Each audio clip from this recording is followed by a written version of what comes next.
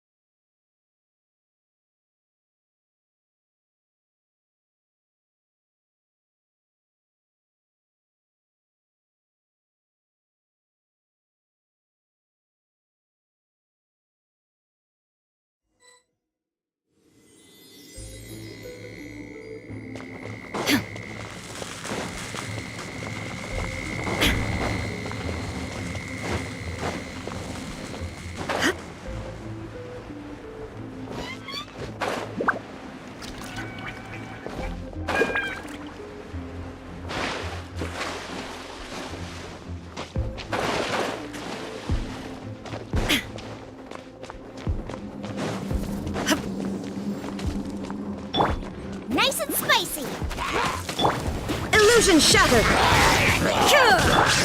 Drop your weapons!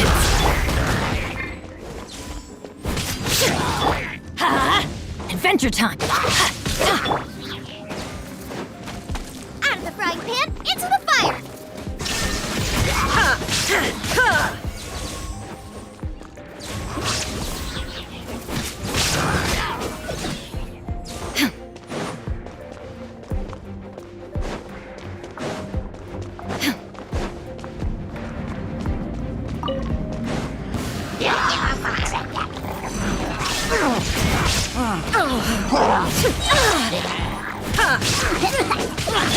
Final warning!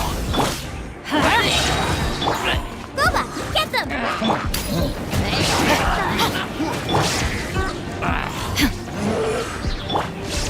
Everybody stand back! Eat this! Torn to oblivion!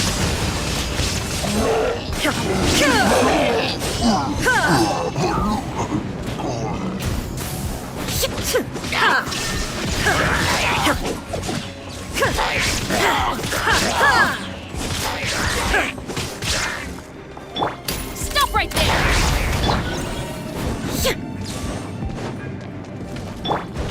Let's light it up!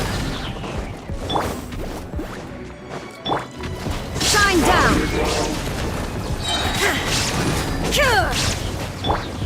I'm going in! Justice will prevail! Inazuma shines eternal!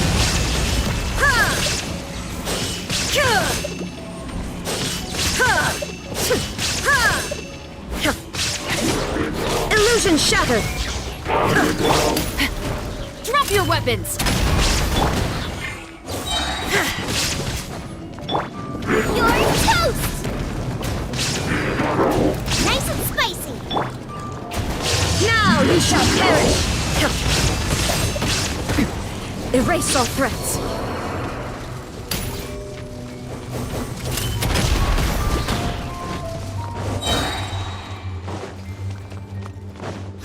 You asked for it! Everybody stand back!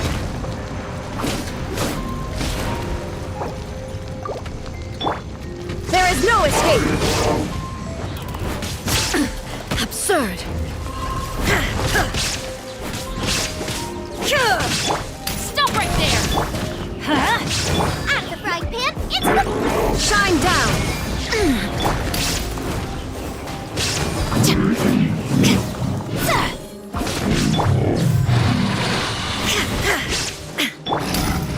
Final warning! Off we go! Teamwork is dreamwork! Torn to oblivion! Ha!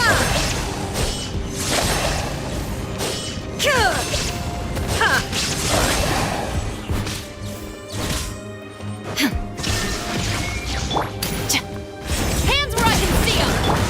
Eat this! Booba, get them! Illusion shattered! Ha!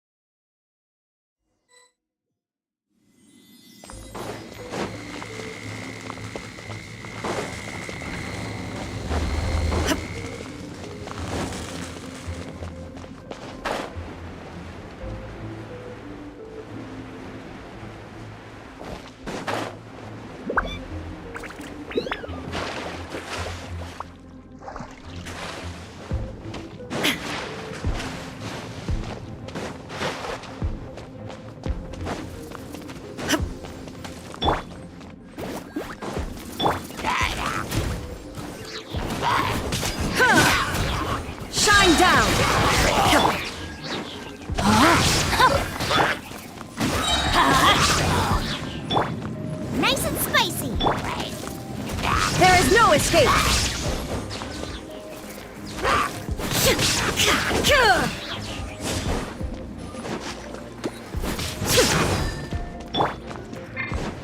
Let's light it up!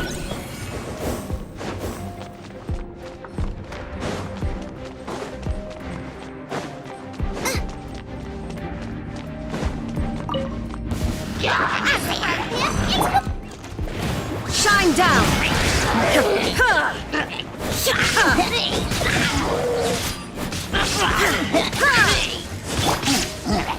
Nice and spicy! There is no escape!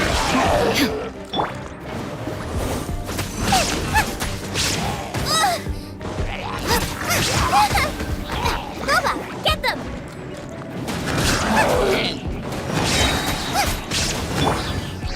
Everybody stand back! You're toast! Witness the power of woman! Now you shall perish!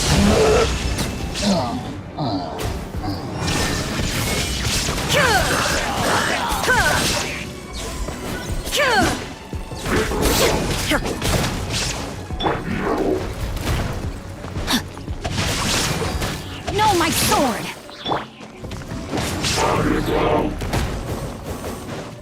Out of the frying pan, into the fire!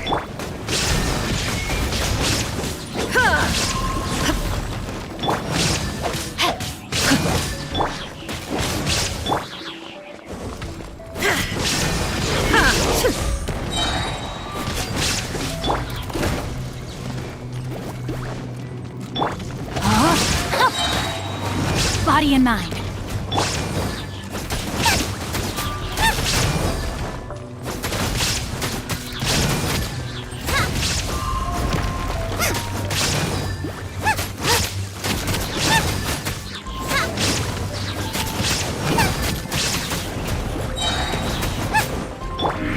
I'm going in!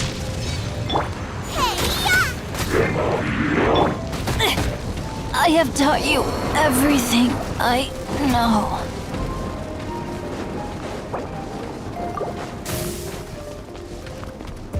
Inazuma shines eternal!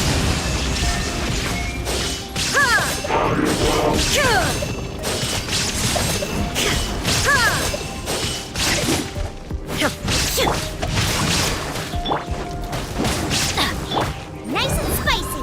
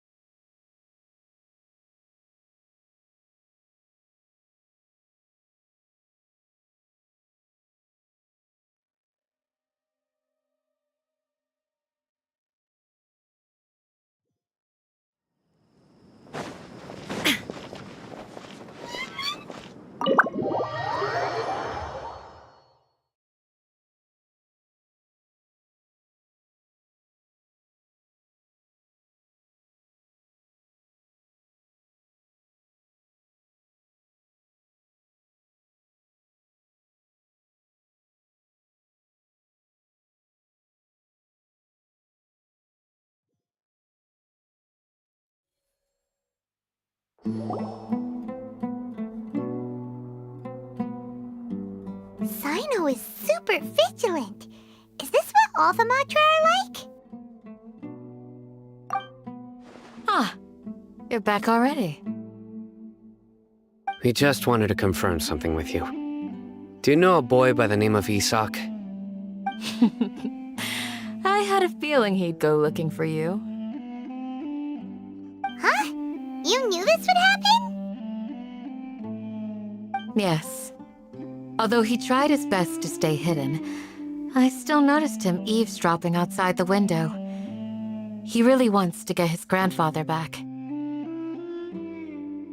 Isak's parents were both Aramite mercenaries who rarely returned to the village after finding employment in the city. He was raised by his grandfather. Unfortunately, it was only a few years before his grandpa passed away. Isak was still very young at the time, so various families in the village took turns caring for him so he could survive. Later, an elderly mad scholar arrived at the village. Isak thought the scholar bore a striking resemblance to his grandfather, and thus often spied on the man. However, the scholar was unkempt in appearance and incoherent in speech. Although Isak referred to the man as his grandpa, he was afraid and didn't dare to approach him. One summer night, the oft mumbling and bumbling grandpa suddenly calmed down and seemed to become more lucid. He even noticed Isak hiding in the distance. So Grandpa walked up to Isak and patted him on the head. He even took Isak to the entrance of the village, where he patiently taught the boy the names of the stars, and accompanied Isak until he fell asleep. The next morning, Isak woke up and wanted to go find his grandpa again, only to realize his grandpa no longer recognized him. However, even so, Grandpa retained his calm expression. It's said that those who saw the scholar claimed he no longer appeared to be crazy, but appeared to be living in his own world, almost as if he were sleepwalking. Isak was thrilled that his grandpa was able to find peace and would follow him all the time, asking him things like, "Grandpa, want me to take you somewhere fun?" Or, "Grandpa, could you tell me stories about the stars again?" All this somehow just makes Paimon feel really sad. It seems like they both deserve so much better. Perhaps. Nearly everyone who lives in the desert has some form of hardship or regret. But even so, we must still continue on with our lives. It's also my reason for fighting. I must continue to protect this land.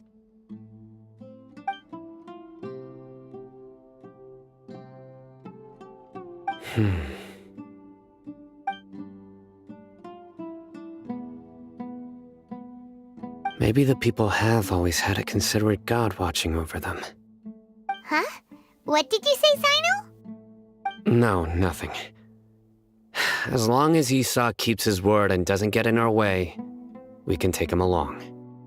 Perhaps you are more compassionate than I gave you credit for. Please accept my thanks on Isak's behalf, Sino.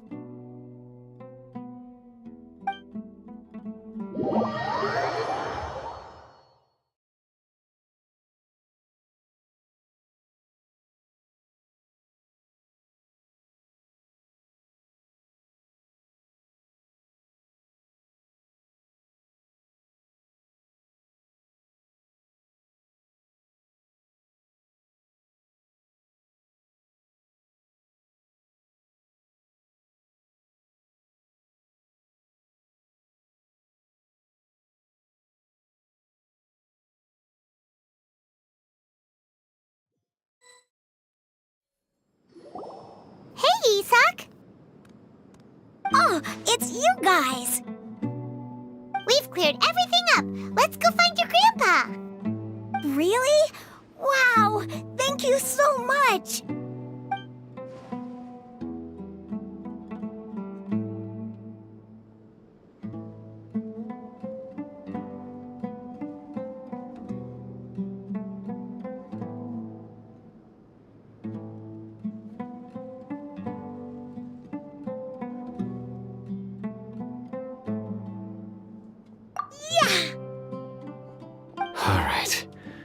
Let's ask the local residents some questions first.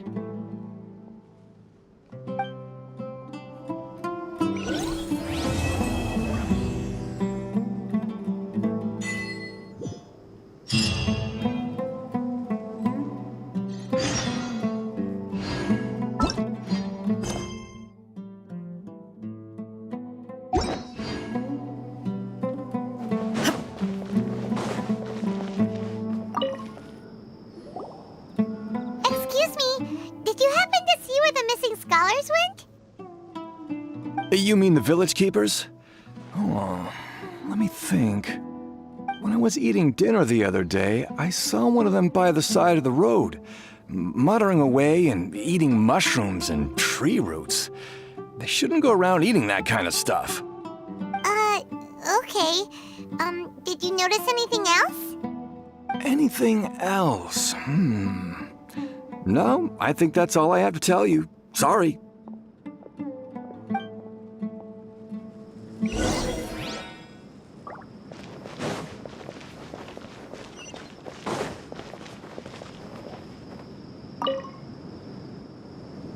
The scholars that have gone missing.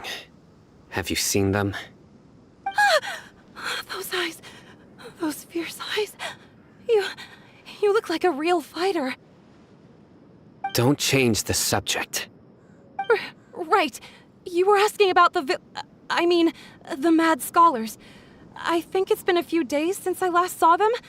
I usually go to bed pretty early, so I'm not too familiar with what goes on at night.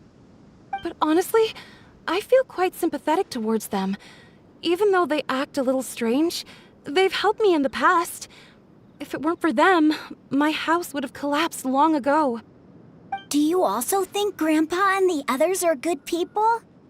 Grandpa? Oh, hello there. It's little Isak. You mean that nice man who looks like your grandpa's long-lost twin, right? He was actually the one who protected my house. I saw it with my own eyes.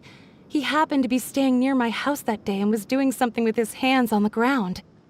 It still feels pretty surreal now that I think back on it. Did someone teach them how to do that? Well, whatever the case, I'll always be thankful to him and whoever taught him to look out for others. I'm pretty sure that if I ever went mad, I wouldn't be able to do anything like that. Gotcha. Thank you.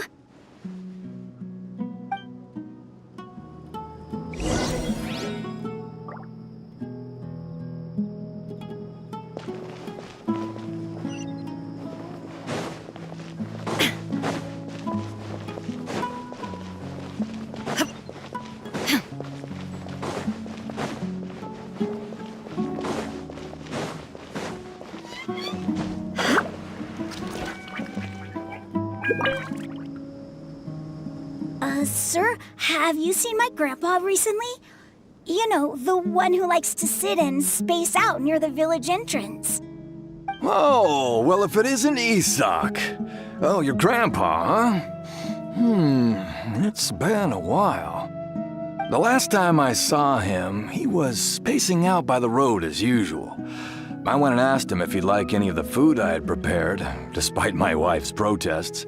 Like many people, she's really quite terrified of them. And speaking of my wife, she's still always complaining about how I don't make enough mora. That might explain why she's always mad at me. Oh, thank you. Thank you for taking care of him. It was nothing. You're looking for him, right? Did he go for a walk and get lost? Yeah. That's no good. Well, once you found him, come by my place again and I'll cook a little something for the both of you. I've known you since you were very young, so as far as I'm concerned, you're family. Please feel free to come by anytime. Wow, what a nice guy! Okay. Thank you, sir. Huh?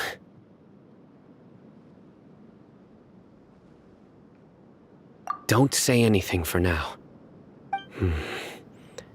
Isak, stay here. Let's head over there. Stay quiet as you move.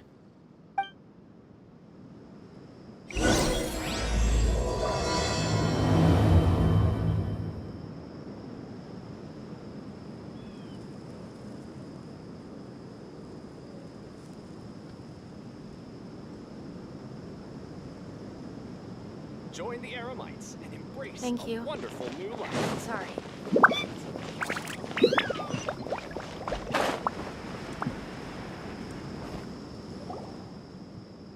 Listen, see if you can make out what they're saying. Have you heard? The mighty King Deshret, the sovereign of our faith, will soon return to this world. Yes, of course I have. King Deshret is the one and only true ruler of this land. I've never believed in any other gods. Still, you say he's coming back, but it sure doesn't feel like life's about to change around here anytime soon. What's your proof? Haven't you noticed? The village has been getting more deranged scholars than ever.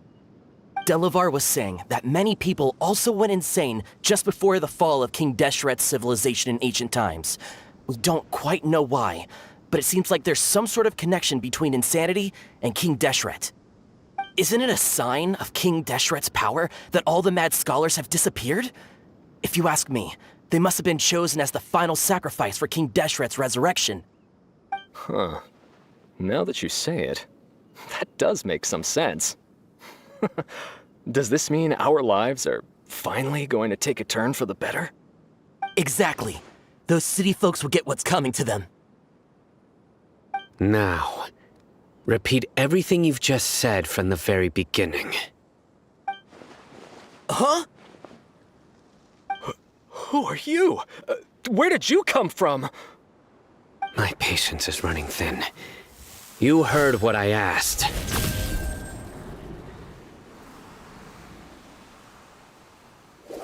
Yeah! Bro, this guy's something else. Just look at his eyes. One wrong move, and he's gonna flay us alive. Let's not get on his bad side, okay? I am no match for this guy. Oh, okay, good sir. What is it you would like to know? Tell me about King Deshret's resurrection. Well, I only know a few things from hearsay. I went for a drink the other day and heard others talking about a rumor that the madmen will disappear and that King Deshret will return to this land. I'm not making this up, I swear! Hey, go on. Keep talking. It's true. It's all true, sir. We desert folk have had more than enough of those people at the academia. They keep sending us all their mad scholars and won't let us have a good life. Would you want to live like this if you were in our place? The radicals were even more thrilled than me when they heard the news. We're all praying for King Deshret's speedy return. Delavar also said that once King Deshret returns to our side, it's only a matter of time before we conquer the land on the other side of the wall.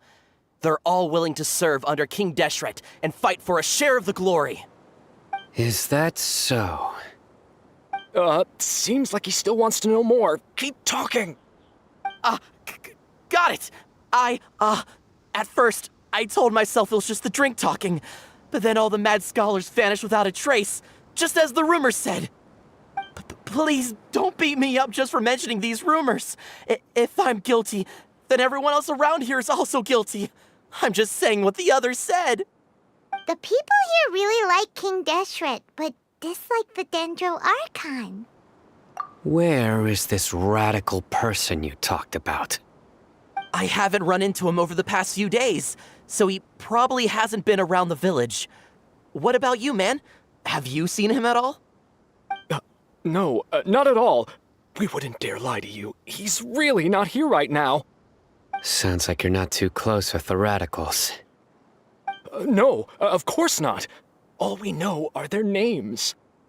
I have many ways to stop you from talking, and many others to stop you from sending warning messages.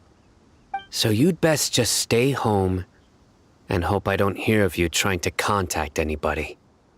Don't do anything until I've gotten to the bottom of this. Try something foolish, and even Candace won't be able to protect you. Yes, got it. We'll do just as you say.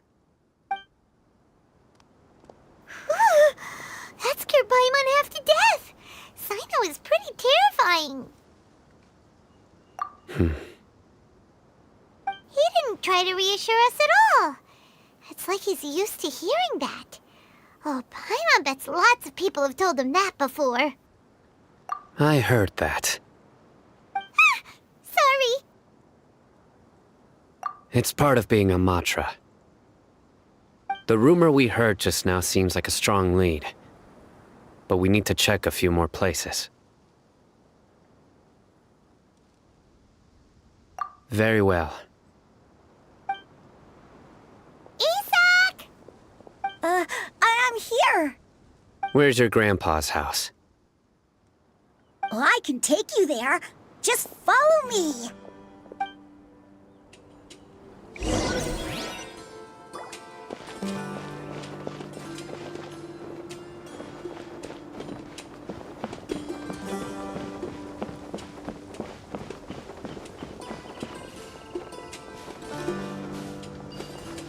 Grandpa? Oh, he likes to be alone. Sometimes he stares at the sky in a daze, and other times he just pokes at the ground with his fingers. Every now and then, he yells out at the top of his lungs, so a lot of people are really scared of him. But he's a good person, really. I know he...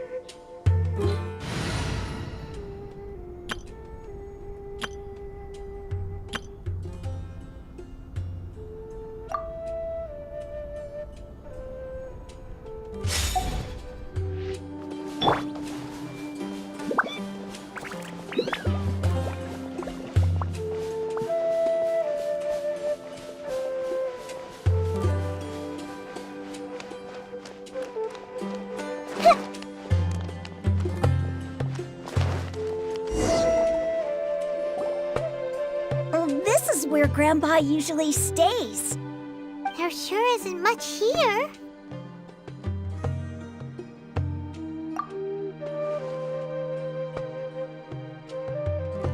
No. Incense? Please don't say it's the same one as before. But are you okay? Are you getting dizzy or need to lie down? There's a scent that you can sense, but I can't.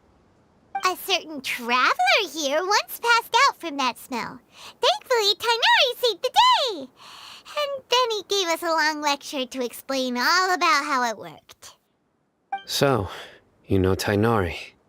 Huh? You know him too? Are you two friends? Yes. Now that I concentrate, I can also make out the scent of incense.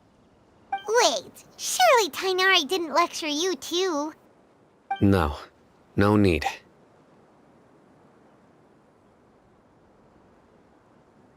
Did you first encounter this scent at Tainari's house?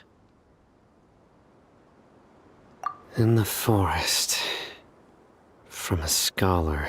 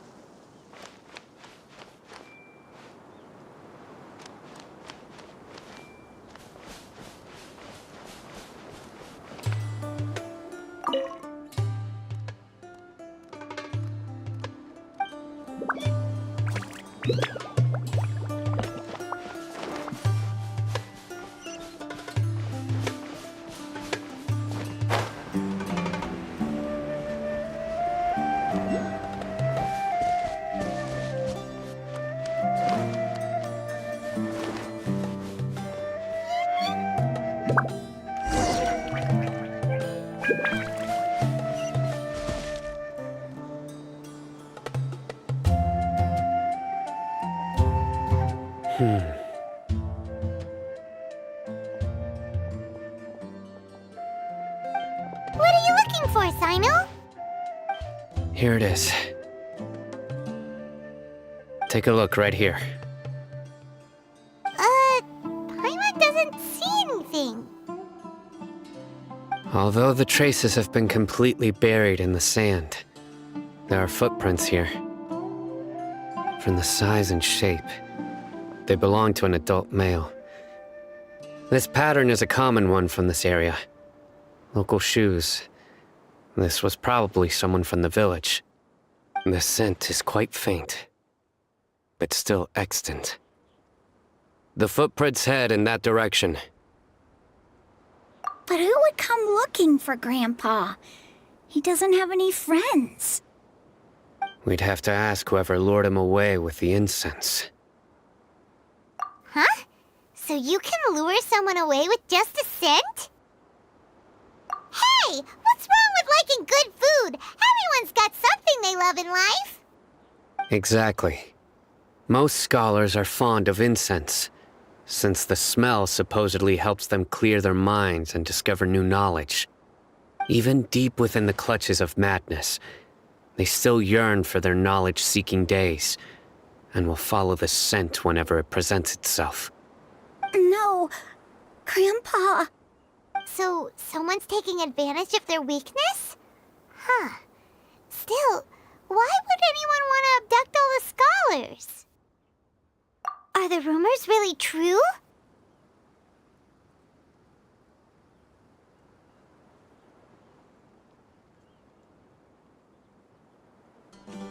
Could the disappearance of all the mad scholars have something to do with the radicals? It's highly likely. Please, you have to save my Grandpa. Grandpa's never done anything wrong. Please help him.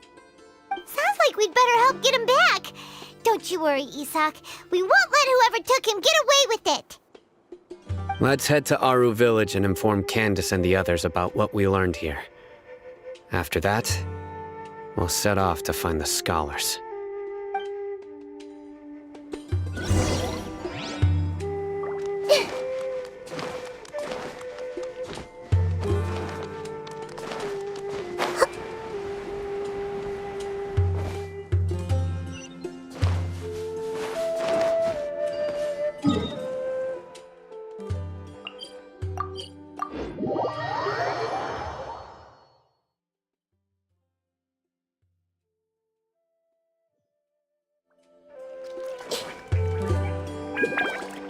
Right. The darker fabric definitely looks a lot better. That'd be my choice, too. We're back, Candace! We've got a lot to tell you. Ah, welcome back. Sounds like everyone's friends already.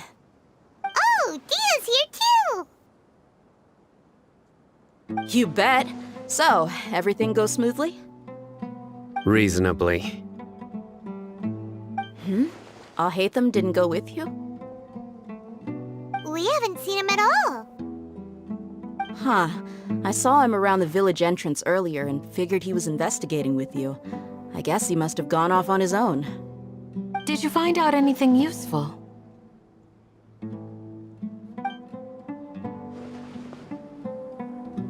I see. So someone used a kind of incense to lead the exiled scholars away from the village.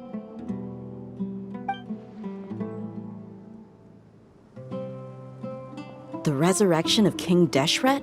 First I've heard of it. Far as I know, the kind of incense you just mentioned is only popular beyond the wall. Scholars are fond of it, but as you can see, there aren't many scholars still studying around these parts. No seller would be able to make a profit here. Not to mention, making incense is a labor-intensive process. You won't see anybody in the desert with the patience to make or sell something that requires that kind of effort. It seems someone from beyond the wall must have been supporting this. Makes sense. So what should we do then? Do we go back to the academia and search for leads there? If it was any other day, that would be your next logical step. But today, you've got me on your team, so you get an extra tip. Didn't you say that the villager got his news from the tavern? Well, I also like to drink at the tavern, so I know a thing or two about these radicals he mentioned. If Paimon remembers correctly, the leader of the radicals is some guy called Delavar. Ah, yeah. Delavar, the scar-riddled bandit, Engur, the wide-eyed butcher, and Jabari, the duck-tailed bearded crook. The whole lot of them are known around these parts.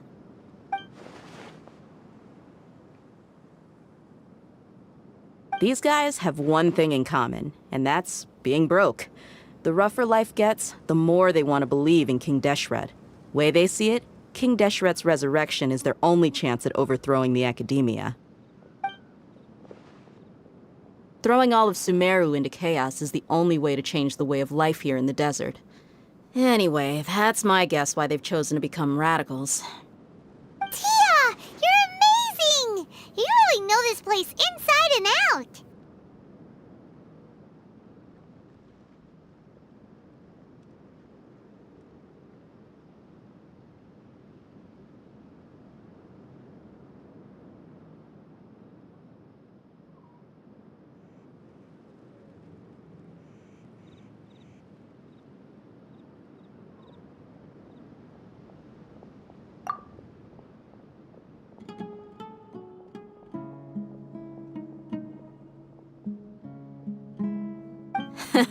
No merc can afford to slack off on gathering intelligence. Every mora I've spent in the tavern has been a valuable investment. Let's head out.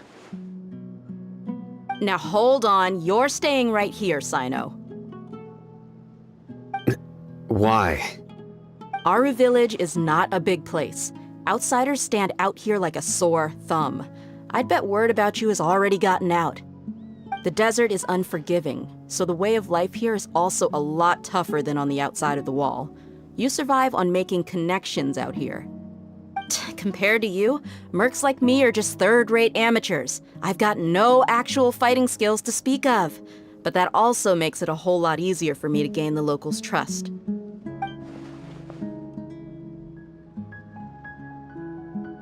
I need to go around and ask some questions, but it'll be difficult if you're with me. Fine. Good, then we've got a plan. The Traveler and Paimon will go to Caravan Rebat with me, and we'll try our best to figure out where the mad scholars have been taken. Sino, you'll have to stay in the village and continue investigating on your own. Alright, sounds like a plan!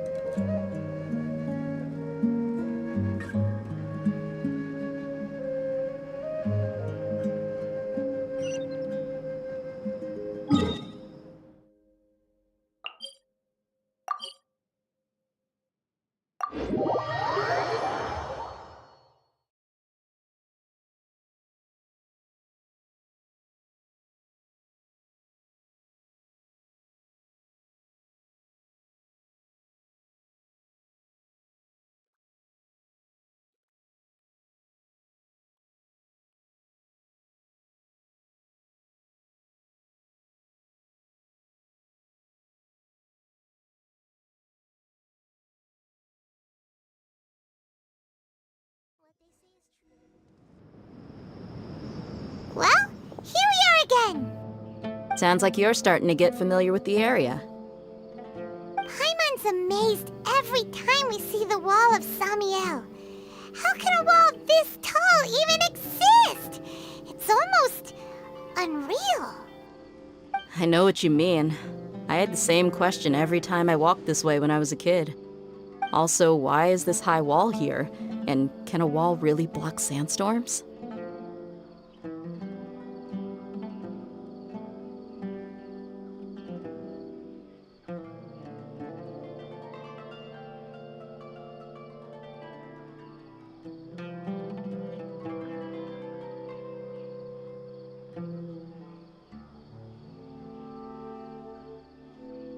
It was only after I grew up that I realized the Wall of Samiel isn't just there to keep out the sandstorms. It serves a more important purpose, keeping out people like us. Sumeru is run by wise and mighty sages. To them, us desert dwellers are nothing but tools that can be used and discarded at their whim. We're cheap labor, like livestock, but easier to control. Nothing more. Even if a child from the desert got the chance to obtain an Akasha terminal, almost all their requests for knowledge would be denied. The Academia believes we're underserving. Geniuses like Sataria are one in a million. The other children never get a single chance to try and rewrite their fate, even though the Academia knows very well that we're humans, just as they are. That's terrible. I would tear down this wall with my own hands if I could. Hey, Dia. You're not thinking about doing anything scary, are you? No, not at all. This place just gets me thinking, that's all. Besides, we're here to procure information, aren't we? Yep, we gotta catch those... Shh. Caravan Rebot is crawling with people, so be careful what you say. We don't want anyone to find out what we're here for. Our mission started the moment we arrived here. Let's go check out the tavern. Maybe we'll find someone I know.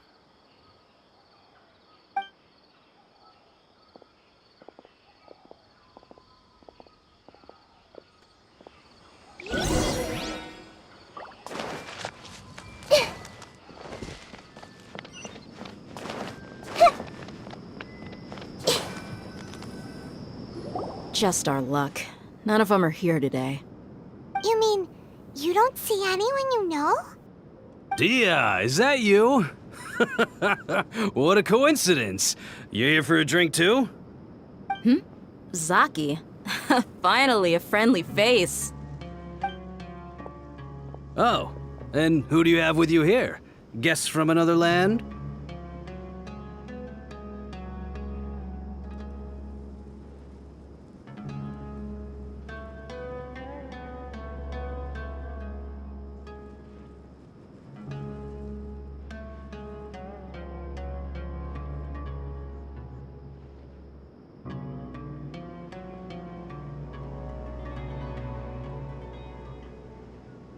Hello, hello. I'm Zaki. Dia's, how would you put it? Drinking buddy? We've had drinks together a few times. You could say we go back a ways. Anyway, as far as my friends here, they aren't too shabby, are they? You rarely see any Outlanders so friendly and respectful nowadays. Absolutely. Much better than those people on the other side of the wall. So, Dia, are you looking for someone? Yeah. Have you seen Enger, Delavar, or Jabari recently? Of course I have. Matter of fact, we were all here drinking together just a few days ago. I've got a spice trading deal from another nation. I thought maybe Delavar and his friends might be interested. Know where I could find him? Ah, how thoughtful of you. Then I assume you also know that Delavar's been having a hard time making ends meet these days, so you came here to help him out? Hey, keep it down. Let's just say I prefer to keep this deal a secret. Y'all at Caravan Rebot are like family. If there's more to be made, why not do it together? Besides, Delavar and his friends have muscle. They'd be a good fit for escorting the goods. Yes, how considerate of you. Delavar's my friend too, so of course I can take you to him. Come with me.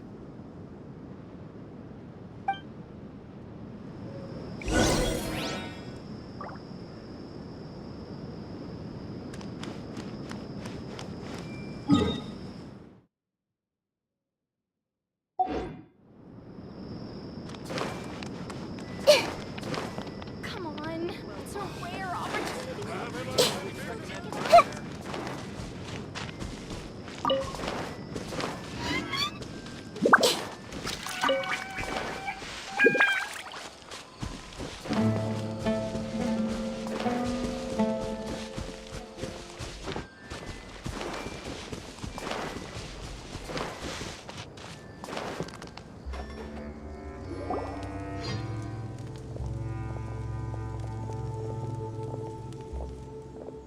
Are we there yet?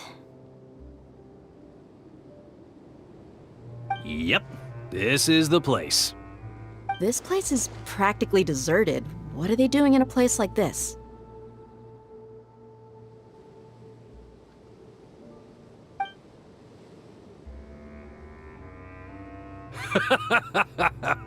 Why don't you take a guess? Go on, a wild stab in the dark. You're like lambs to the slaughter.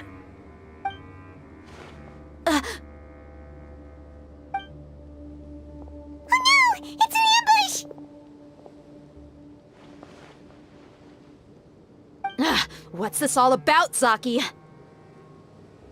Come on, Dia. You really think we didn't hear about what you said back in Aru village? The boys have kept a close eye on you from the moment you set foot there.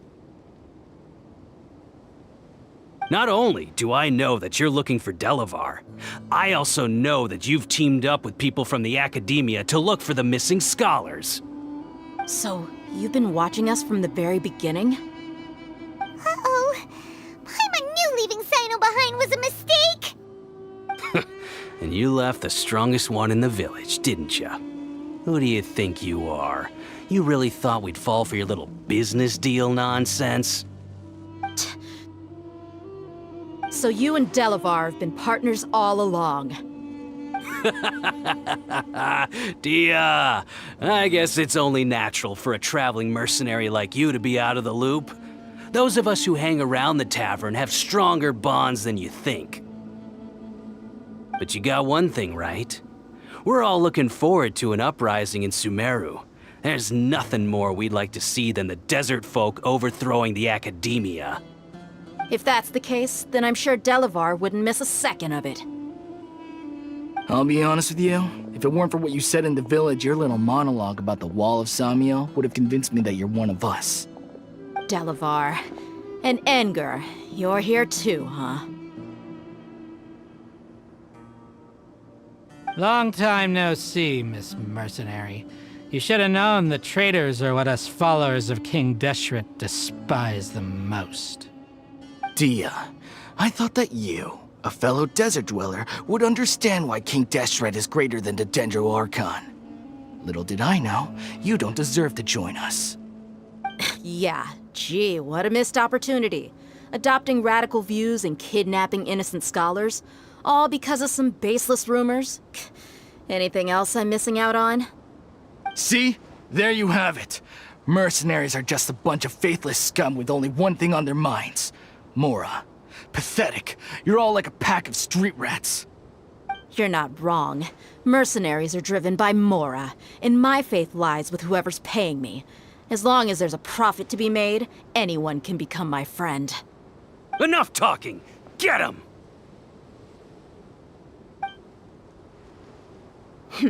Just as I expected.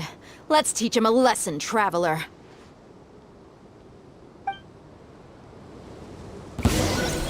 Following orders. A new punching bag. Illusion shattered! No, my sword! Hey!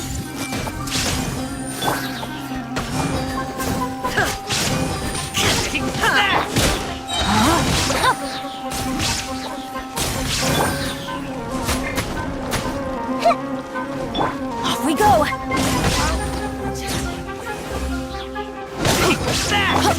Shine down!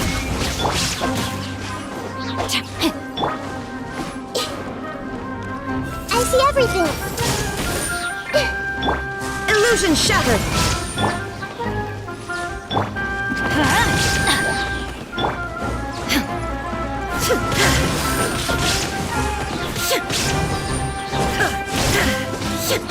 Rain outlines your fate.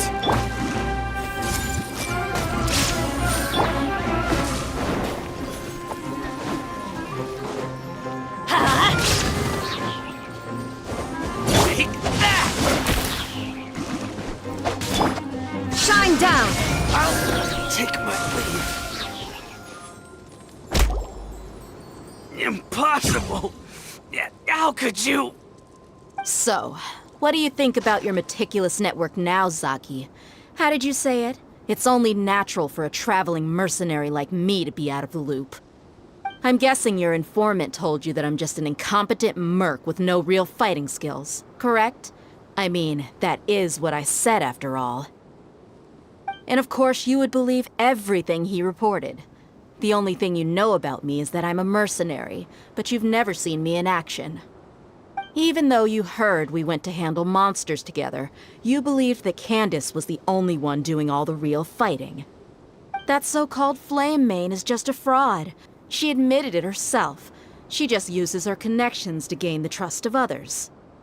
That's what you thought, right? You lied in the village because you figured that we'd have people watching you. And you were stupid enough to fall for it. I figured as much the first time we drank together. You all thought you were so smart. Pathetic. Okay, that should be all of them. Whoa! So you've been planning this since we were in Aru Village? No task can be done without preparation. I just happened to notice a couple suspicious-looking people while you were out investigating. Oh, but instead of catching them right away, you let them report back. Those two who were snooping around were just a couple small fries. If we want to get the real catch, we have to be patient and give it some time. Oh, you mean the funny name she mentioned back in Uncle Ampu's house? The wide-eyed butcher, scar-riddled bandit, Paimon can't remember them all. That's just a bunch of drunk talk. Edgar and Delavar like to talk themselves up when they're drinking. Edgar, the wide-eyed butcher, and Delavar, the scar-riddled bandit, are the nicknames they came up with for themselves. Alcohol has a way of making people share what they really think, so Edgar and Delavar are always rambling in the tavern about how King Deshret is a superior deity. What about Zaki? He's just a numbskull who fell right into our trap.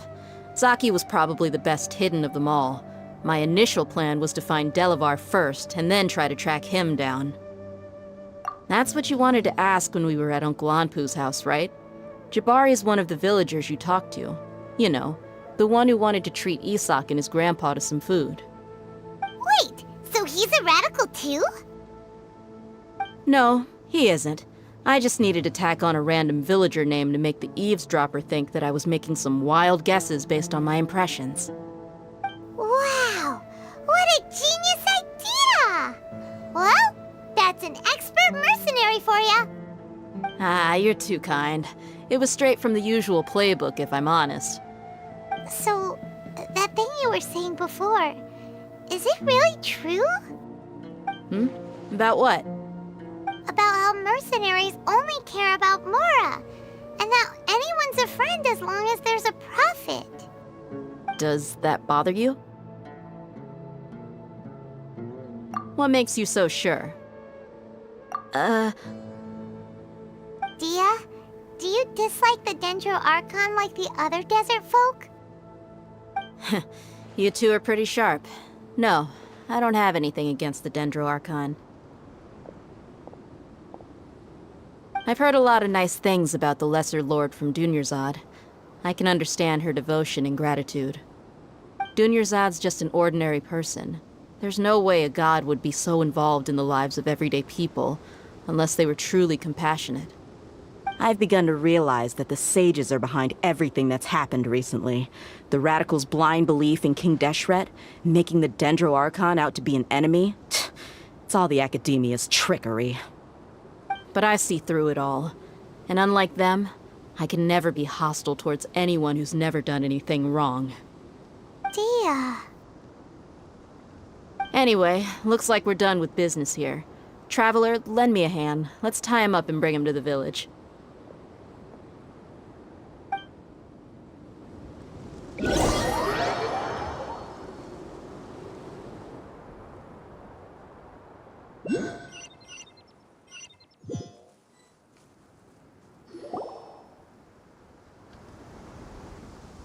This should be all of them. I'll let you take it from here. All right. I'll be in touch. Until then, please stand by. Candace, do you need any help? Candace will be okay on her own. I trust her, so you can too. She's been guarding Aru Village for quite some time now. If anyone is qualified to question the offenders, it's her. While I'm questioning them, why don't you pass some time by exploring the area? I'll meet you back here tomorrow morning, Traveler.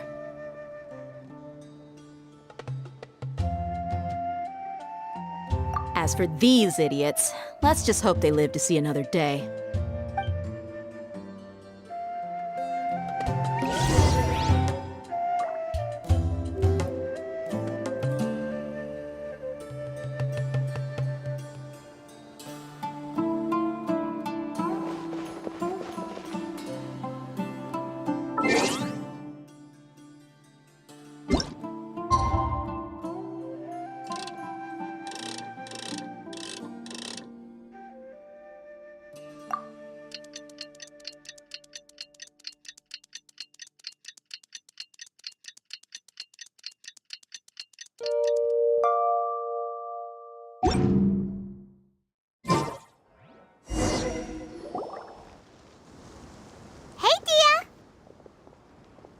Right on time. We'll know any moment now. Paimon's been wondering. You seem to know Candace pretty well. Have you been friends for a long time? We've known each other for some time now. She's a pretty interesting person. Even though she's an extremely strong warrior, she never misuses her powers against others. Oh, Paimon knows what you mean. Like a lot of martial artists say, never take the fight outside the ring. Yep, I guess you can put it that way. It takes strong convictions to be as dedicated as she is, and shoulder that kind of responsibility. Us mercs, on the other hand, we pretty much live from one day to the next. Well, Paimon thinks you're great too. Really? Thanks for that.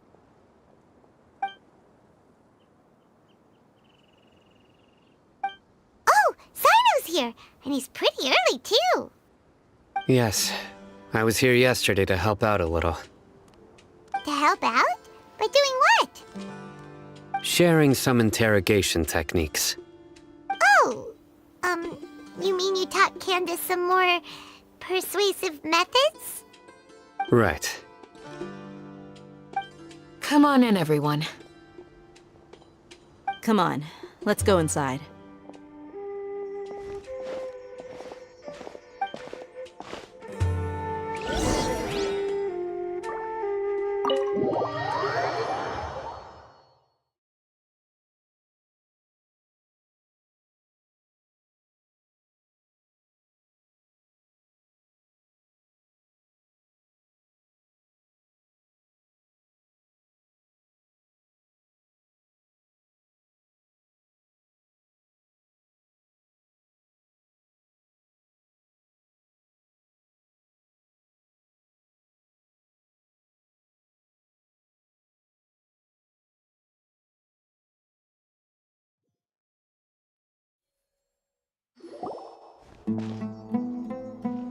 Candace, where?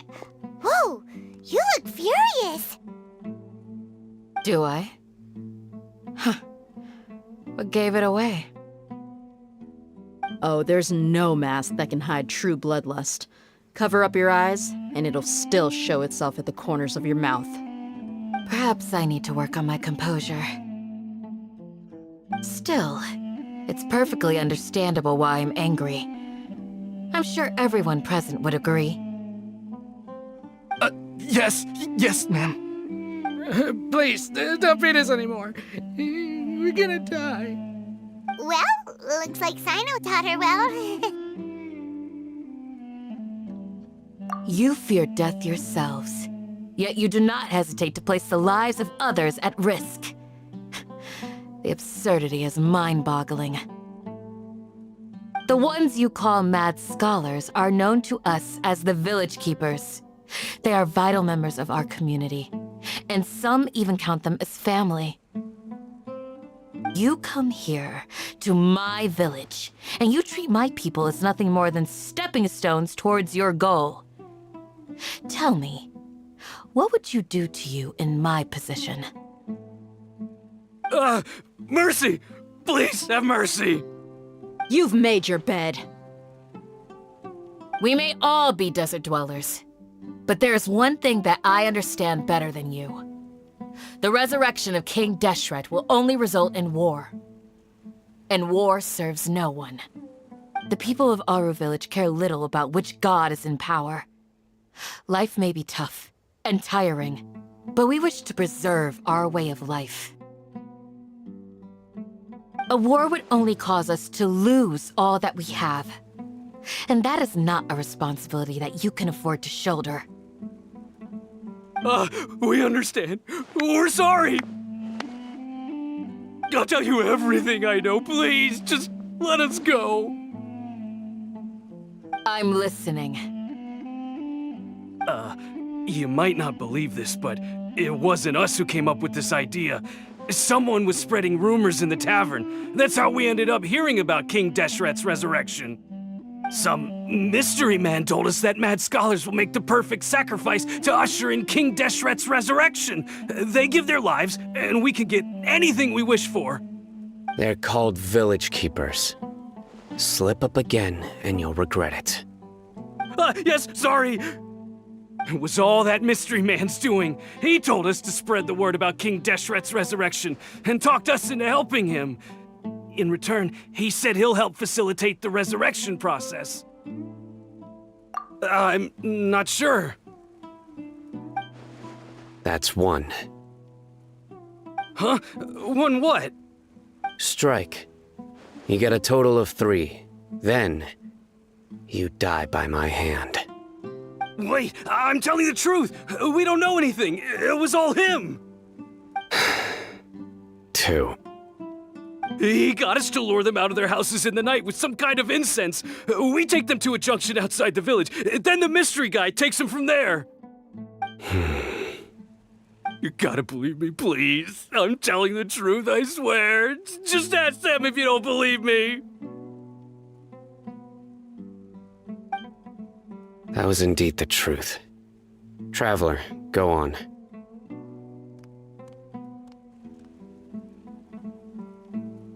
You have to believe me. If I knew that, I would have told you his name right away. I'm not risking another beating to keep his secrets. No way. That guy, he wears a cloak, and he's always careful to cover his face. He calls himself King Deshret's envoy. I believe I may know what's going on. Uncle Anpu? What do you mean?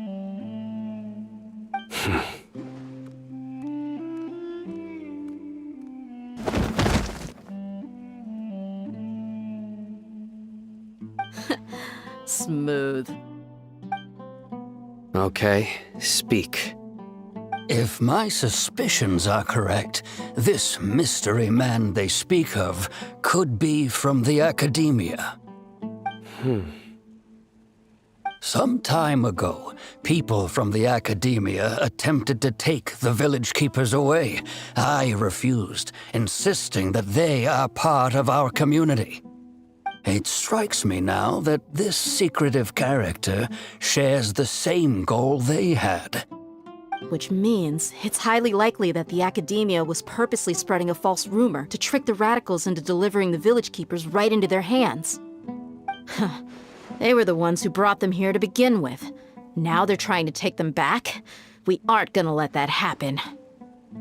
Not the Academia again.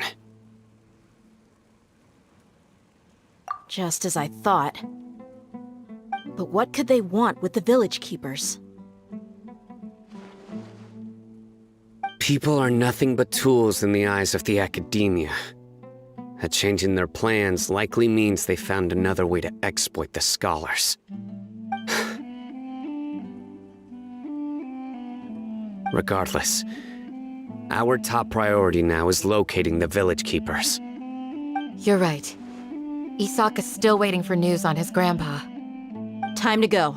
Let's leave the village and try to track them down. Yes. Pack up and get ready to leave. You got it. Candace, I'll let you deal with the radicals. Leave everything outside the village to us. All right. Let's meet back here once everyone's ready.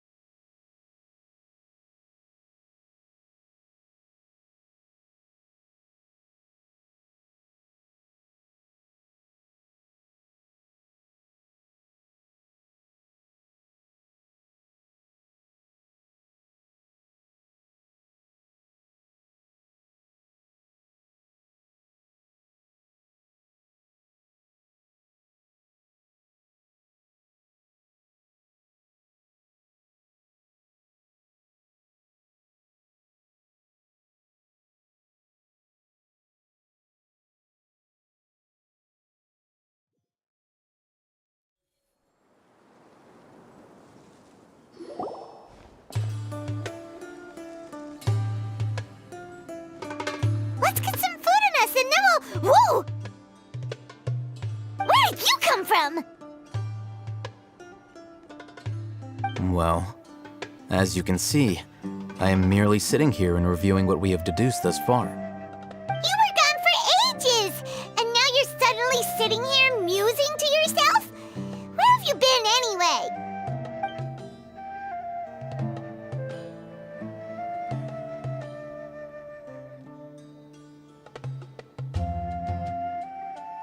Hey, what's with the silence? You never think things through before asking questions. I'm giving you some time to make up for that. Paimon's so mad! Paimon's gonna give you an ugly nickname!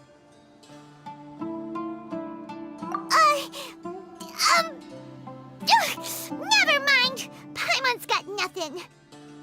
There's just nothing super obvious to pick with this guy. It makes it so hard. Well, you've heard nothing to suggest I left this whole time. So clearly, I stayed in the village to investigate. Anyway, you plan to leave Aru Village and keep searching for the truth of this matter, yes? Yep. We're not gonna find out anything more by staying here, so we thought that we might as well take the search elsewhere.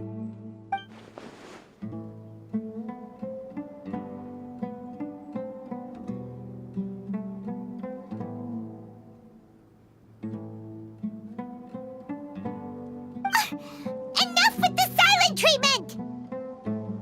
No. I'm just surprised that you decided to team up with him. Alhaitham, you haven't helped us out at all ever since we arrived at Aru Village. Bold of you to question our choices. Yeah, you're all talk! While you were investigating, I had my own work to do, which I've now finished.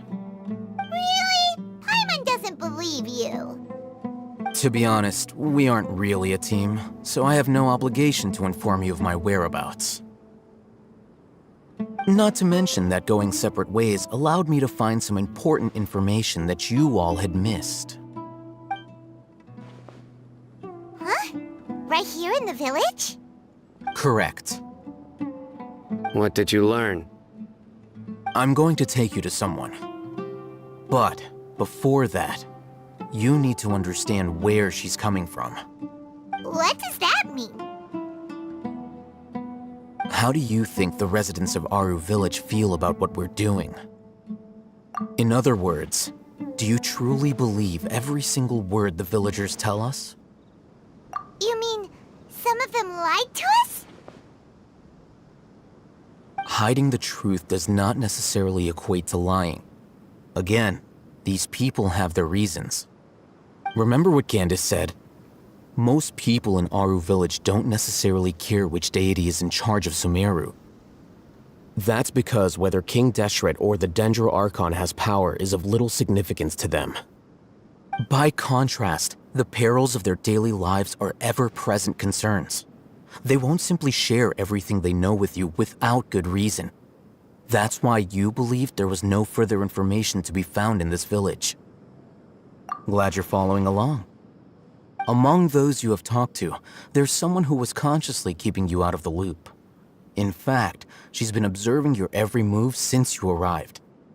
The reason being, to someone who only wants to live their life in peace, any external factors introduce unpredictability into the equation.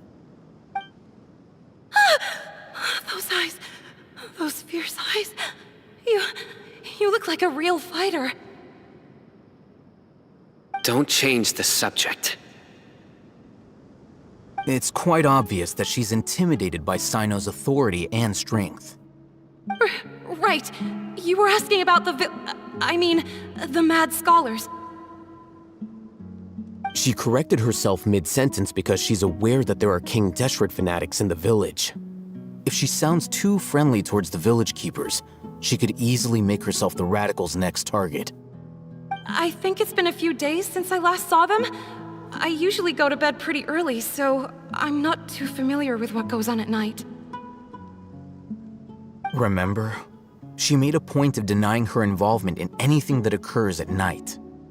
But honestly, I feel quite sympathetic towards them. Even though they act a little strange, they've helped me in the past. If it weren't for them, my house would have collapsed long ago. After speaking to the village chief, it became clear that the village keepers had protected Aru village at night. In other words, the young miss was very much awake during that time. Then why would she lie?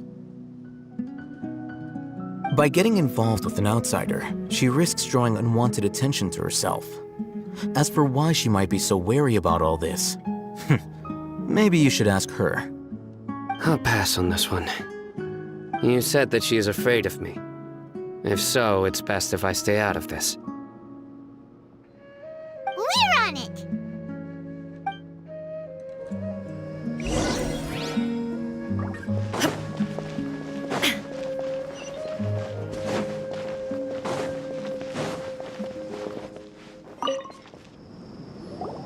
Miss Shawnee, as we discussed earlier, I've brought someone with me. Mr. Alhaitham, I'm aware of where you stand, but how can I make sure that your friends think the same as you? Huh? What do you mean? We need to clarify our stance or something? Go ahead and talk to her. You'll get the answers you want. Go on. Earn her trust. Is it really that simple? May I call you Traveler? Hi, Traveler. I want to ask you something. Do you think the resurrection of King Deshret can truly change Sumeru for the better? Why's that?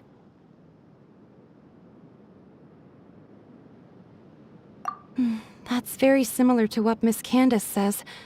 I know you two are friends. That's why I'm willing to talk to you, even though I do have some reservations. Before, I wouldn't even have the courage to ask something like this. Traveler, do you believe our lives will get better?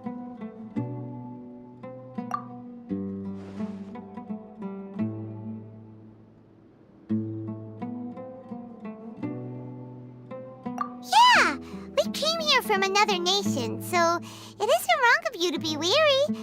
And we aren't really residents of any one nation. But even so, we've met lots of people from different places, and we've always fought for what we believed in. We have friends in Sumeru, and we want to help them. That's why we decided to stay here for a while.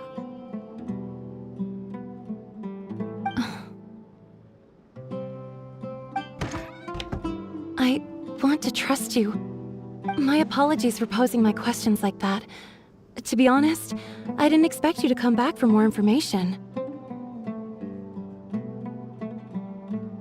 Alhaitham told us you have your reasons. It's okay. We understand. The fact is that only one side of my family is desert folk. I don't really fit in anywhere in Sumeru. Some believe in the Dendro Archon, while others believe in King Deshret. I don't belong to either side, and neither side would want me. Speaking of which, the Radicals mentioned that they despise traitors. Do they just think that anyone who's different from them is a traitor? Yeah. Some people can be so narrow-minded when it comes to bloodline and beliefs. It makes no difference what I say or how I behave. I'll always be suspected of having ulterior motives. Slowly, I just stopped talking to people. I pretended not to hear or see anything. All I want is to live my life in peace. And then it happened. The village keepers who had helped me disappeared with no explanation, and I didn't dare breathe a word about it to anyone. Until now. You can tell them. I'm sure she'll keep your secret. All right. I'll tell you what I told Alhaitham. I actually have a sharper sense of hearing than most. Sometimes, I hear strange crying sounds in the night. There are ghosts? Perhaps. I'm not sure. It's faint, but it's definitely the sound of crying. It comes from far away in the distance, and always carries very raw emotion. It used to be louder and more frequent, But ever since you arrived in the village, it doesn't seem to happen as often. And when it does, it's much quieter. I have to focus really hard to make it out. I confirmed this with the guards on night duty. They also have someone with a good ear, and he's heard similar sounds at night. But, because we're in the middle of a desert, he would rather believe that they are the cries of beasts than ghosts. There's really nothing around these parts, except for an old hospital not far from the village. I think they used to use it for treating Elazar, but it's been abandoned for years.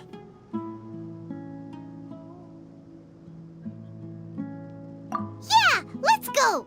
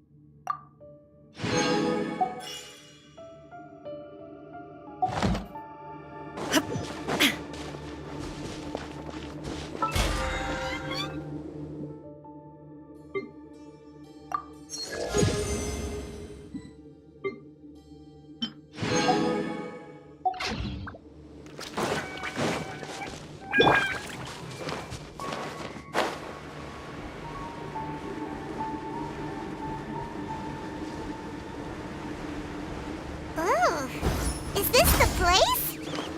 It's in terrible shape. And there's sand. Ah! Monsters! Watch out!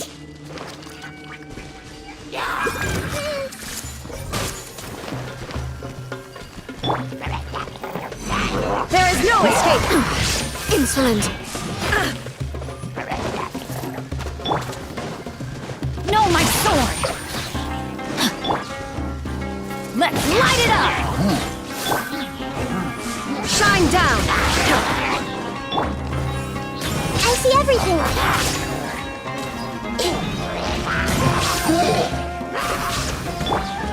Teamwork is dreamwork! Make yourselves at home. Let me weave you a purse. Now ye shall perish!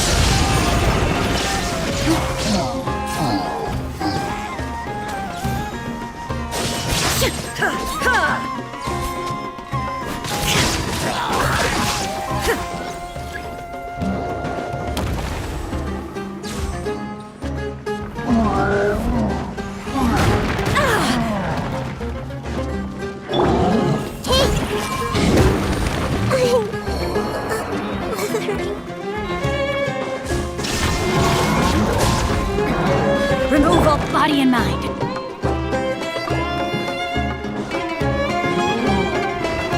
Time to act. Rain outlines your fate.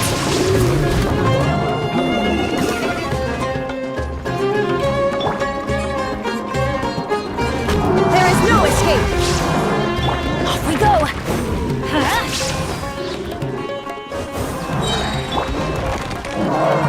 I let my guard down.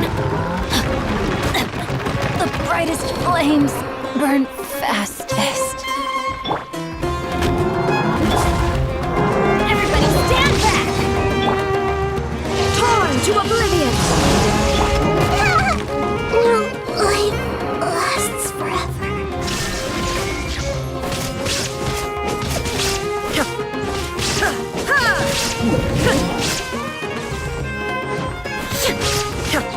Shine down!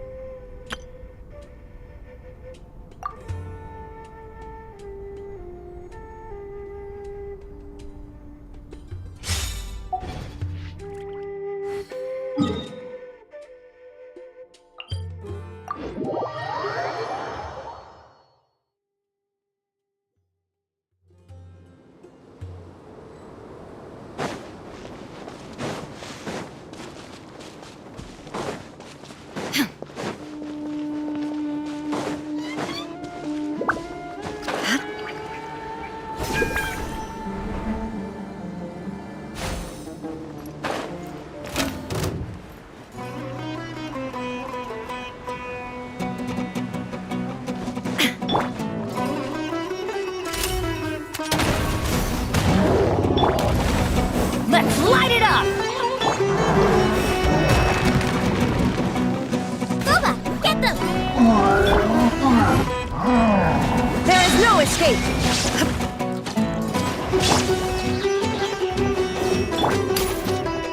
Drop your weapons! Illusion shattered! Ha! Ha!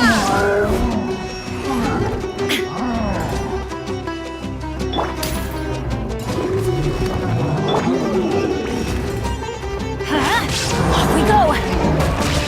Adventure time! Ah! Stop right there!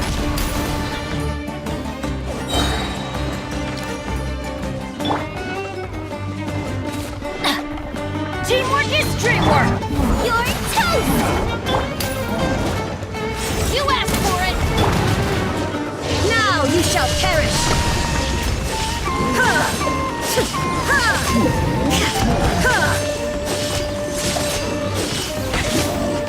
There is no escape!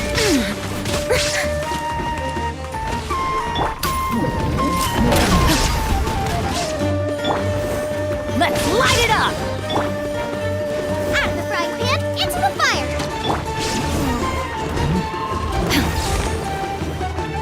Illusion shattered!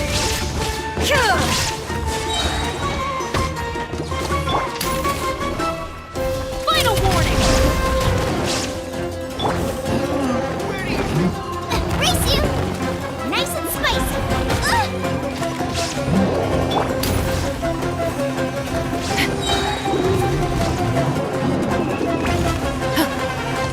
Drop your weapons!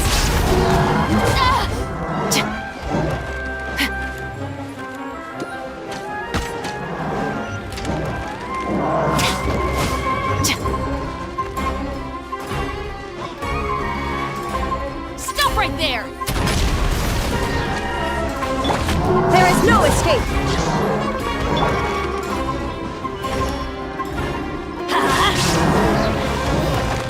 Ow! I'm going in! Off we go! Hey-ya! Hands where I can see them! Torn to a... They were easier to deal with than Paimon had expected. Super strong bandits? Or monsters taller than buildings dropping out of the sky? Or, something like that. He looks super serious. We gotta stay on our A game too. This is the one.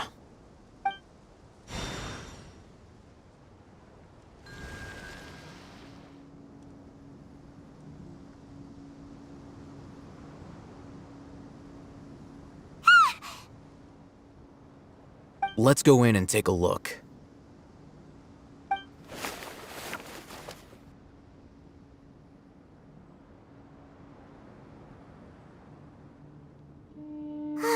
Hey,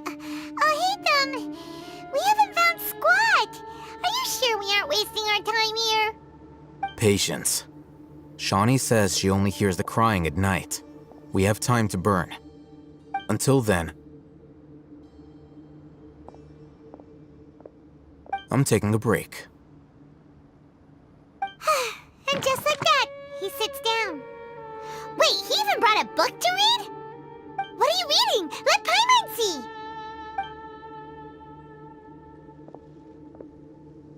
Okay, sure. Huh?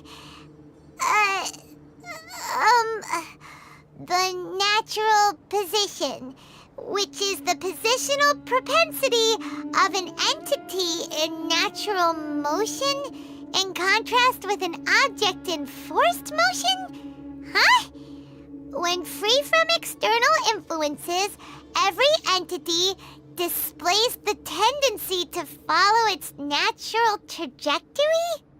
So, you got that? Oh, Paimon gives up. You keep reading your book. See ya!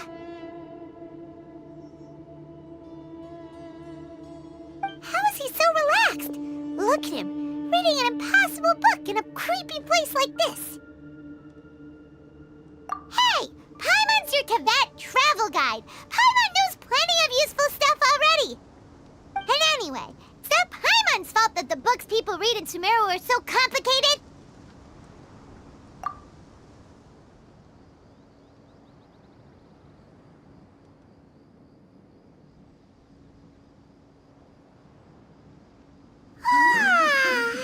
Paimon's getting so sleepy.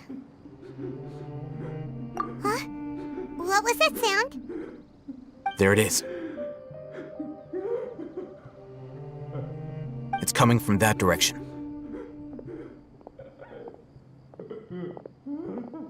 Is the sound coming from here? Huh. Paimon's not seeing anything.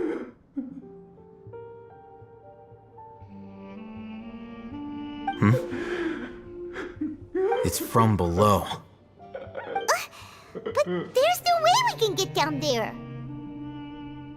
Something is off about the interior here.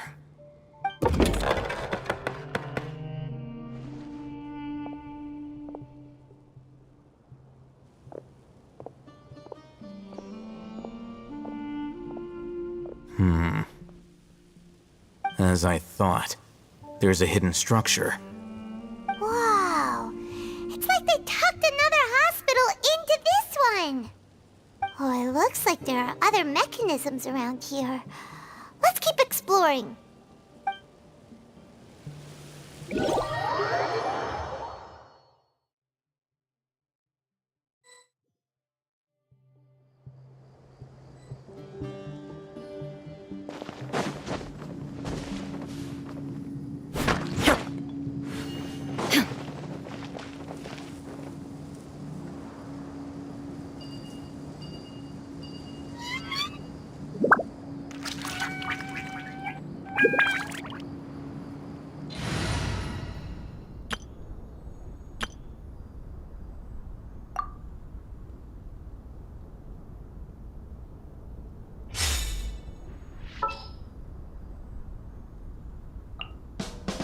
Armed and ready. Inactivity serves no purpose whatsoever. Everyone hold hands.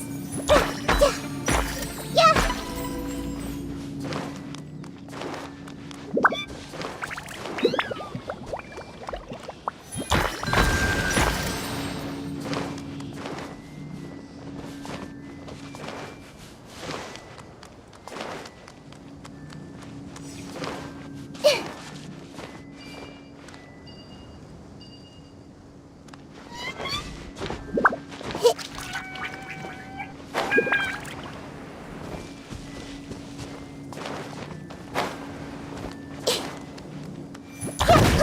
Really hurt.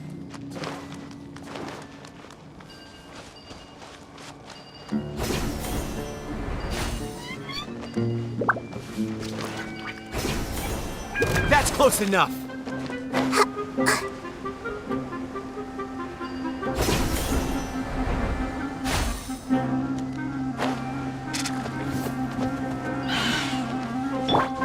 Drop your weapons!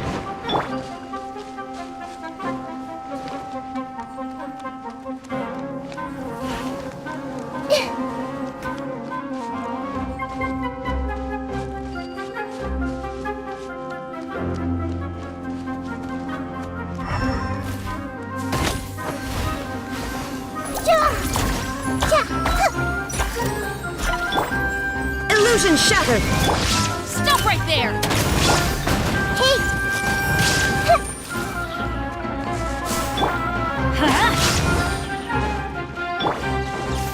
Shine down!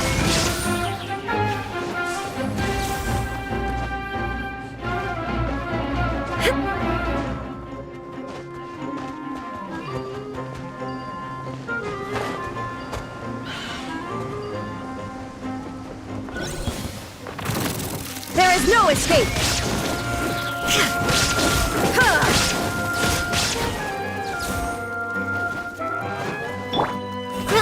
Grow!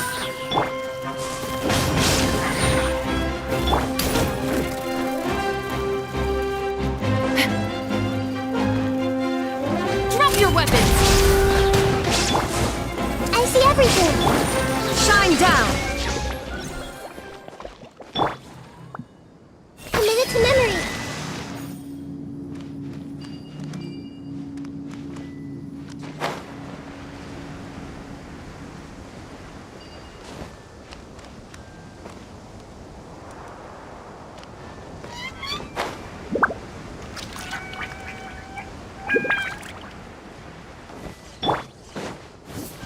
Illusion shattered!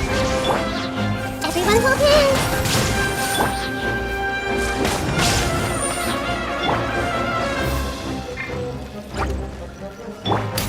Stop right there!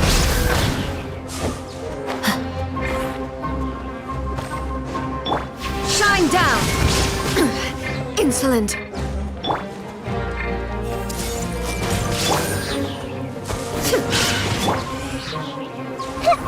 Do not attempt to resist!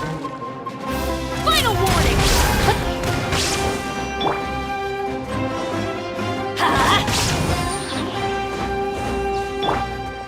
There is no escape!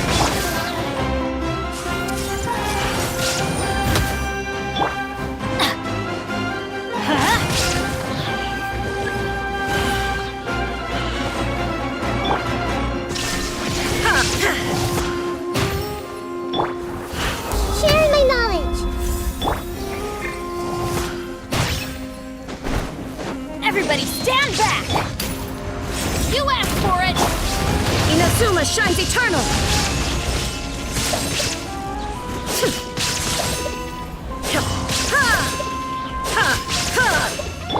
Drop your weapons! I see everything! Off we go! Let's light it up! Illusion shattered!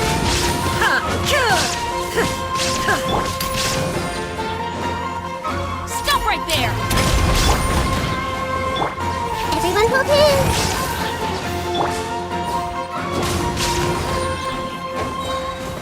Off we go!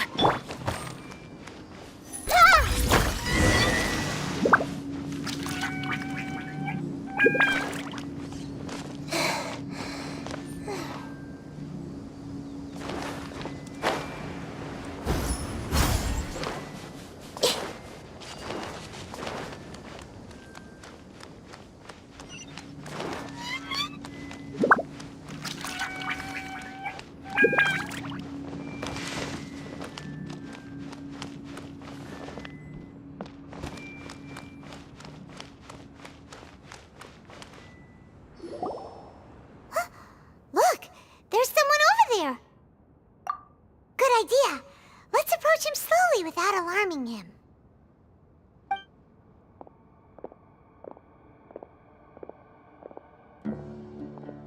Wait.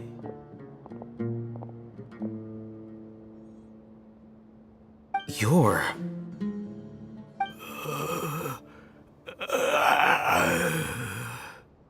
He can't speak, and his eyes are unfocused. But he looks too young to be anyone's grandfather. Also, why is he the only one here? Didn't expect to see him here. You know him? He's Razak, a senior of mine at the Academia. He's a scholar too? Is he the kind that holes up in a forest and mumbles stuff about training? No. And that's the problem. Razak was never involved in any of those things. He never trained in the forest, let alone reach Satyavada life.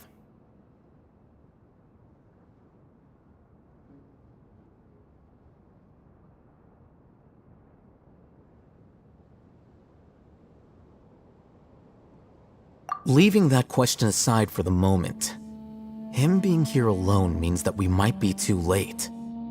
Looks like they've already taken everyone away. For whatever reason, they left Razak here. Perhaps they simply didn't have time to come back for him. There are drag marks on the ground. They're clearer by the doorway. Someone was forcefully drawing a cart that was loaded with something heavy. Loaded with people? That is one possibility. It looks like they were in a hurry, as if they were afraid of being caught. In their haste, they failed to notice Razak hiding in a corner.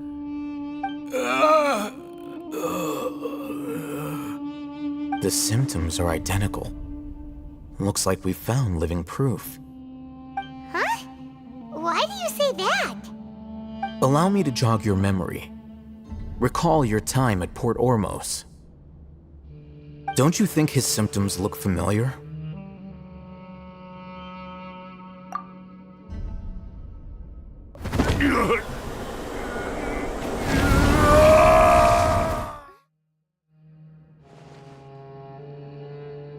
Oh, now that you mention it, they're acting the same way. Correct. The Academia is behind all of this. It isn't difficult to deduce their rationale. First, the Academia spread a false rumor of King Deshret's resurrection, emphasizing the role of the village keepers, the mad scholars who were exiled to Aru village. These rumors were all the persuasion that the radicals needed, and those based in Aru village leapt into action. Unbeknownst to them, of course, through rounding up the scholars, they were actually helping the Academia. As well as being able to exploit the radicals for their own ends, this scheme has one further advantage to the Academia. All the risks and responsibilities are offloaded onto King Deshret's followers. Life for the desert dwellers has been brutal ever since King Deshret's death all those years ago. Beneath the surface, feelings of desperation are widespread. Many would give everything they have for the prospect of something better. Anyone looking to exploit that for their own ends simply needs to make a few empty promises. Even if complications arise, people will see that those involved are all followers of King Deshret and look for no further explanation than differences of belief. A deep-seated mistrust of the desert and everyone in it by the rest of Sumeru will make sure of that. The notion of an Academia plot wouldn't even cross their minds. It may seem like a simple strategy, but it is able to work wonders under Sumeru's current circumstances. Oh, that makes a lot of sense. It's in line with the village chief's theory, too. But there's still one very important question. Wasn't it the Academia that brought the scholars to Aru village in the first place? Why does it want them back now? Throughout this process, one thing has changed. The scholars' identity. First, they were scholars. Then, they became lunatics. After that, they were exiles. And finally, they become missing persons. An exile is still patently a living, breathing human being. But when someone becomes a missing person, that is brought into question. If you can't find someone, you have no way of knowing what exactly happened to them. That makes missing people an ideal resource. Resource? For what exactly? One possibility is that the information in their brains could be extracted into knowledge capsules. Extracted? You mean canned knowledge comes from people's brains? With the technology of the Sumeru Academia, it's entirely possible. Perhaps the process caused them great suffering, which is why they cry out in the dead of night when no one is watching them. So, the human brain... Nope, nah, Hyman doesn't want to think about this. I'm the Academia scribe, after all. I'm familiar with their projects. Anyway, judging by Razak's state, The contents of a divine knowledge capsule were extracted from his mind, but something went wrong in the process. Or perhaps his curiosity got the better of him, and he used such a capsule for himself. Hyman's a little confused. Can they just use anyone's brain?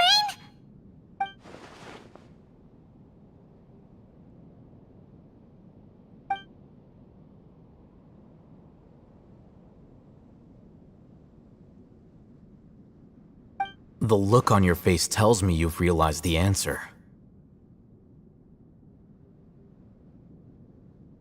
That's right. To some scholars, gaining knowledge about the gods is their entire life's pursuit. Extracting canned knowledge is just one of the extreme measures they turn to. However, I can't help but wonder, what do they seek to gain from divine knowledge? The academia is going out of their way to look for forbidden knowledge, but what is their ultimate goal? I've spent quite some time trying to analyze the contents of the divine knowledge capsule, but to no avail. It seems like my way of thinking is too different from theirs. You mean you're not even slightly interested in getting your hands on this forbidden stuff? All scholars seek to expand the horizons of knowledge, but I'm not particularly interested in gods, so I don't share their degree of zealotry. Extracting information from people as if they were lifeless objects? If this is the direction of academic progress, then the academia may as well shut its doors. Sounds like you're really against all this. Of course. The academia's actions run contrary to their rules. Whether it be academics or knowledge, everything has its boundaries. If those lines are crossed, the rules and order that govern everything in the world will be destroyed. This matter needs to be corrected, just like fixing a typo in a book. Wait, didn't you step in to help because you felt sympathy for those poor people? Not to be callous, but no. My criteria are a little more restrictive than that. There is no shortage of suffering in Sumeru, and the same can be said for the rest of Teyvat as well. What do you plan to do about that? Save every last person? Probably not. Paimon's not sure. You can say that. Simply put, I don't blindly place my faith into strength or heroism. I do what I want. The divine knowledge capsule is something I want to investigate in full. That doesn't mean I'm willing to take action for the sake of a few strangers.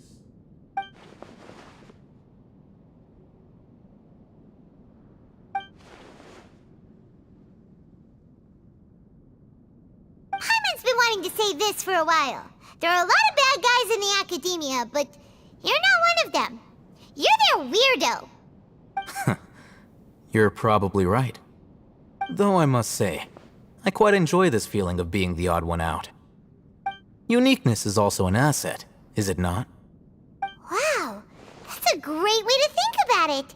Paimon's really impressed. If only Miss Shani had a similar mindset, her life would definitely be a lot easier. I'm just a more likable person than her in general. There's nothing more to it than that.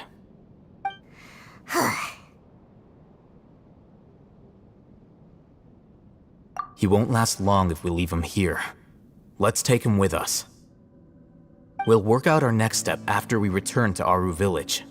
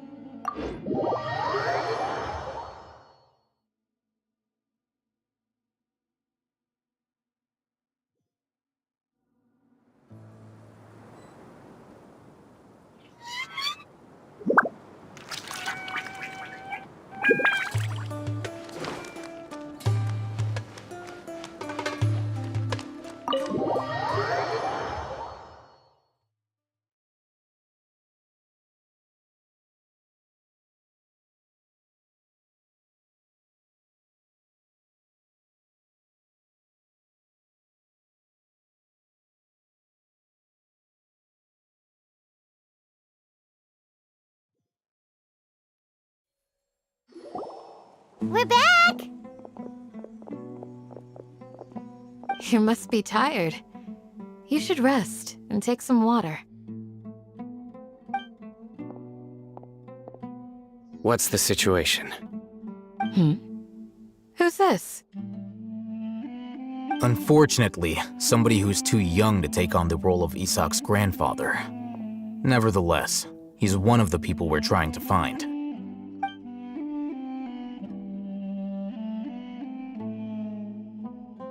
So, at one point in time, the abandoned Elazar Hospital served as the Academia's site for extracting divine cant knowledge. Yep, pretty much! Their plan must have been implemented at some point before we arrived at Aru Village, since divine cant knowledge has been in circulation for a while now. Yet, they fled once we were headed to the village, almost as if they knew we were on their trail. Why is that? Yeah, why is that? We may have a mole in our midst. One of us could be secretly revealing our whereabouts to the Academia. Huh? Are our friendships that shallow? Looks like none of you have realized wherein lies the issue.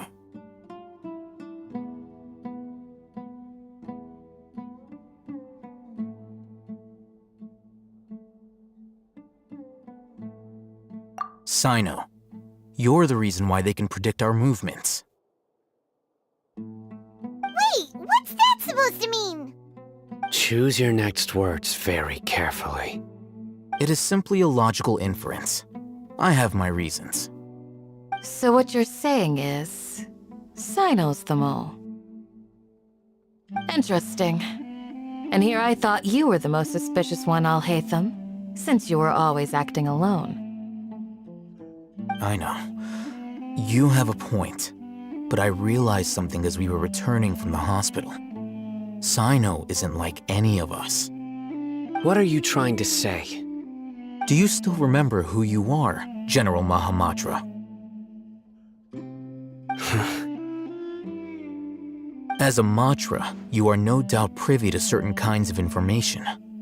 Before you can take action against someone, you are required to have all the facts available, including the less than savory details.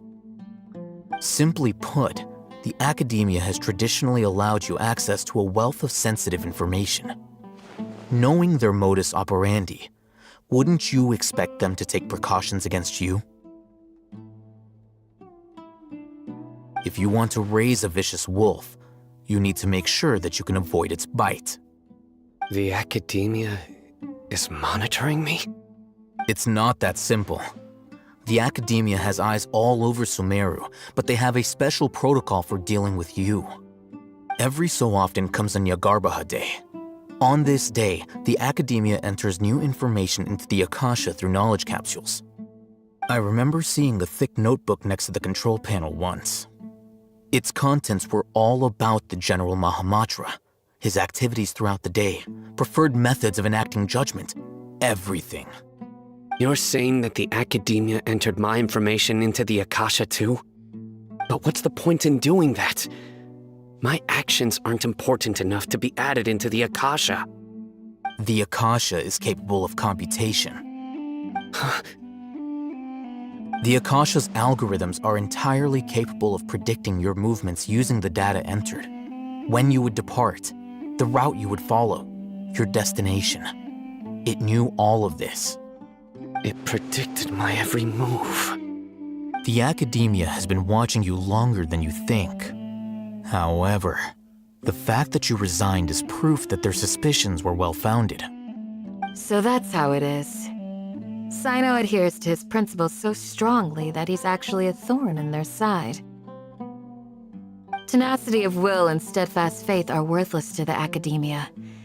They need scholars who are easily pliable and mindlessly go after anything they can profit from. Sino, don't take it to heart. This just proves how much of a trustworthy ally you are. They escaped because of me. Don't blame yourself. It's not like any of us would have known.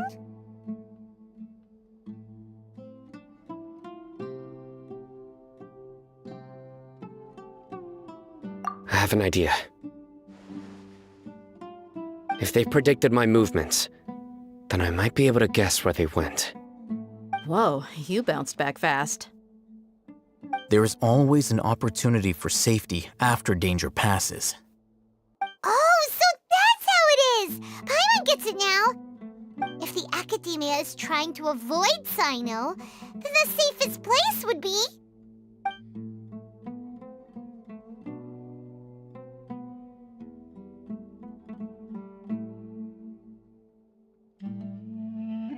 Yep, that's right! They'll want to proceed in the direction opposite of where I'm going.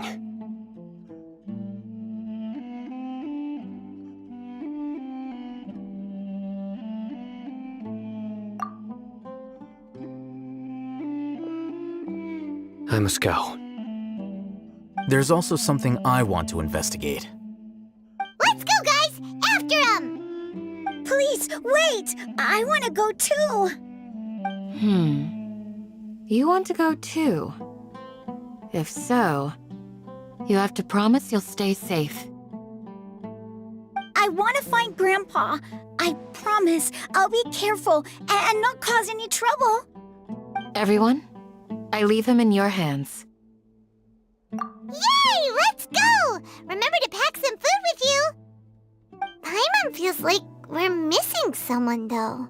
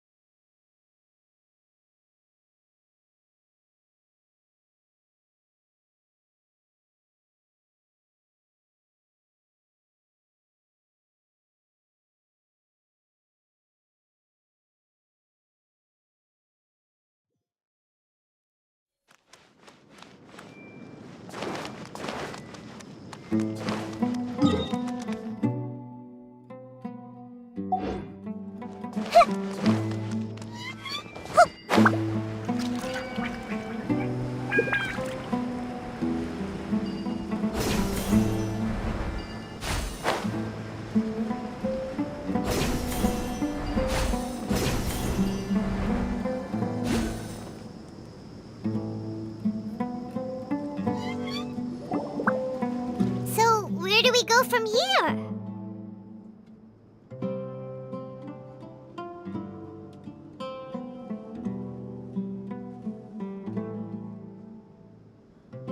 Yes.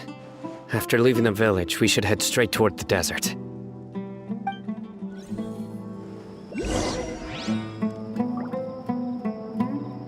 I know the desert like the back of my hand.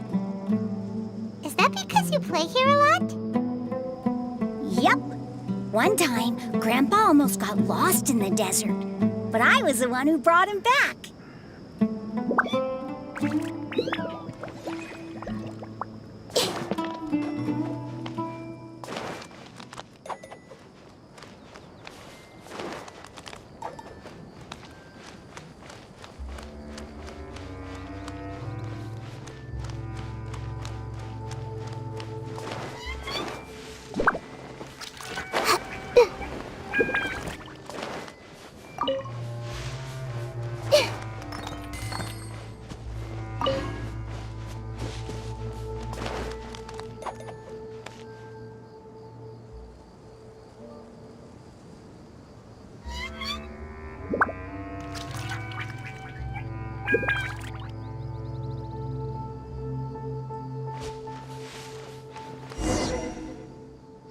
There's something here.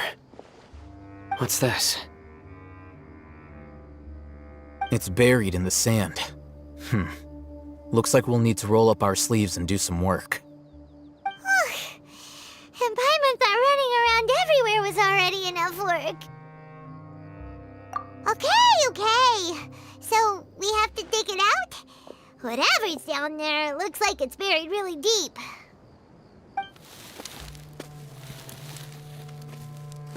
These are likely fragments of an Academia-developed device, something akin to a headset. Looks like there were more than one village keeper. They must have been escorted this way because there are device fragments scattered around here. Let's split up and search the area. Chances are that we'll find other things nearby.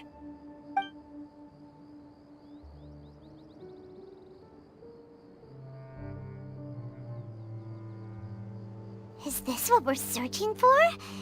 It looks kind of scary.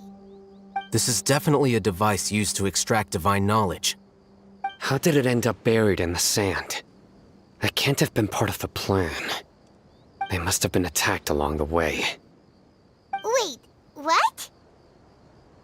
Grandpa, I hope you're okay. Don't worry, your grandpa's gonna be fine. Razak didn't display any signs of starvation or dehydration, which means that they left fairly recently. We should be able to catch up. One more thing. Given that the device had been entirely covered by sand, I believe the attack must have happened prior to the sandstorm. Let's keep going. They can't have gone far.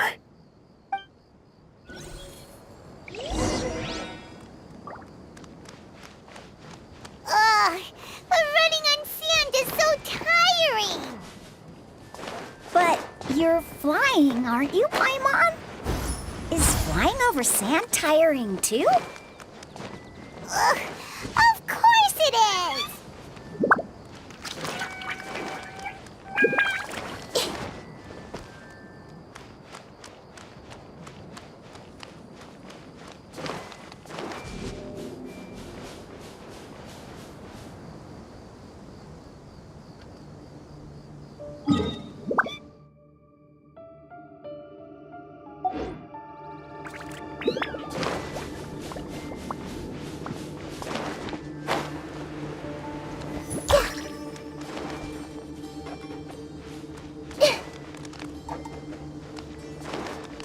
Voices, over there. It sounds like an argument. Whoa, you have really good ears. Don't get any closer. They'll notice us. Dia's talking with the Eremites? Very interesting. Let's listen in. If you had informed me sooner, there'd be plenty of room for us to... You're one of us. We would never lie. Scholars. You don't know as much as I do. Need me to... I knew it. That's our Dia. Dia? Why would you? Dia! Hey, what are you doing? Huh? Didn't you say you'd help me find Grandpa? Why are you on their side? Well, look who's here. Ain't that something? This complicates things. You've betrayed Aru village? So, this is the great General Mahamatra. Dear, you'd be better off as my assistant than hanging around with this motley crew. Seen for yourself, I have the means and methods, and my ideals are far more admirable than theirs. I'm not the type that's easily swayed, Raman. You of all people should know that. Wait, what's going on, Dia? Whose side are you on here? Shut it, Paimon. It doesn't matter. Whichever side you pick, nothing can deter us from the grand mission of resurrecting King Deshret. Once our Lord of Old returns to this land, we will have a new beginning. Face the facts, Raman. It's not gonna happen. You should understand that more than anyone. Have all your years as a merc taught you nothing about placing hopes in a ruler? I'm a desert dweller and a proud follower of King Deshret. Whether I live by the edge of the sword or in peaceful comfort, my soul will always carry this conviction. It's not too late yet. The village mad scholars aren't gonna bring King Deshret back to life. You don't understand, my dear lady. Pursuing our faith is our purpose in life. Even if the chance of success is 1 in a million, we must be willing to give everything we have. Even if it'll expose you to the academia? Even if they end up disbanding the Eremites? Your Eremites, which you've worked so hard for all these years? Yes. We've waited a long time for this day to come. The sun and the moon no longer shine here. All you see now is cracks in this desiccated land. But fate has finally dealt me a hand to play against the Academia.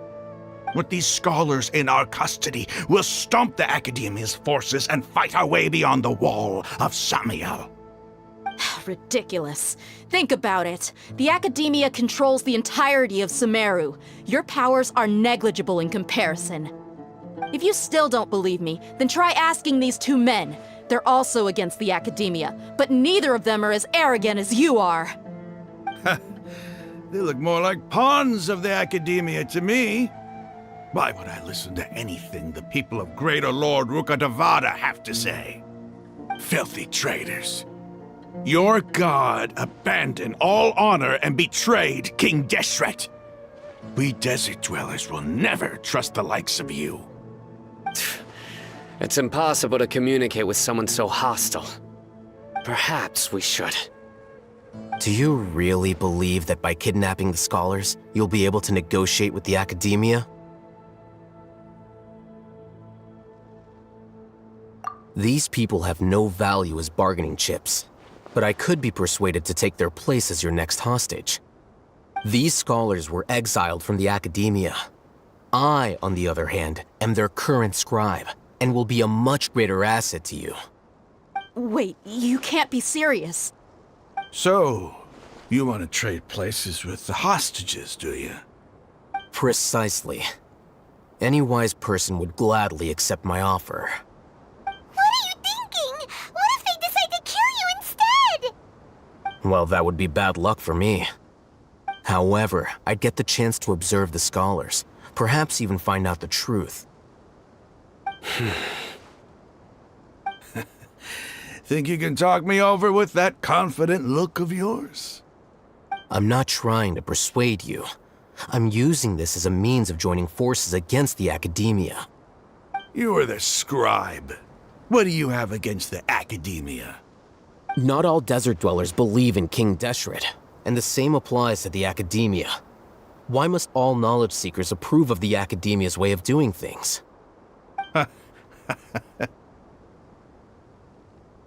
You Academia scum. Every last one of you is nothing but a hypocrite, just like everyone else on the other side of that wall. I've made myself clear enough. I won't listen to another word from the Dendro Archon's people. Not so fast. I'll hate them. Do you stand by everything you just said? I never make empty promises. You know you're making a dangerous decision, right? I do. Good. Raman, hear me out. These people are my friends. Maybe you can't take the followers of the Dendro Archon at their word, but what about me? Do you trust me? We've known each other for years. Of course I do. In that case, I'm willing to vouch for their honesty with my right arm. Come on, Raman, don't be a coward. If you're serious about taking on the Academia, you need to steel yourself. You can't be afraid. An arm from the Flame Mane. You've piqued my interest. But what if you refuse to oblige? What should I do then? No one's a fool here, Dia. We're mercs. And mercs don't tend to live long unless they have their wits about them. You're not wrong, but this is different. I promised my friends that we'd bring back the village keepers together. Let's do it right here then. Give me your right arm as proof of your resolve. Don't listen to him! He's not even trying to negotiate! He just wants to make things more difficult! That's fine. Are you crazy? We came here to save lives. One arm for that many people is still a pretty good deal, if you ask me. Rahman, I'm holding up my end of the deal here. You'd better not let me down. Sure. Go ahead and cut off her right arm.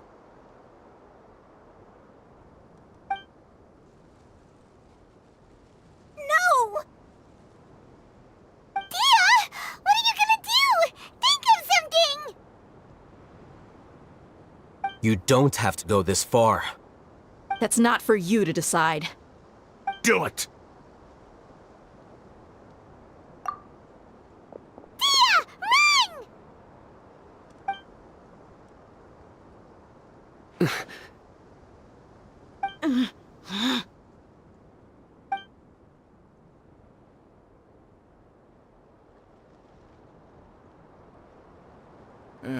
Stop!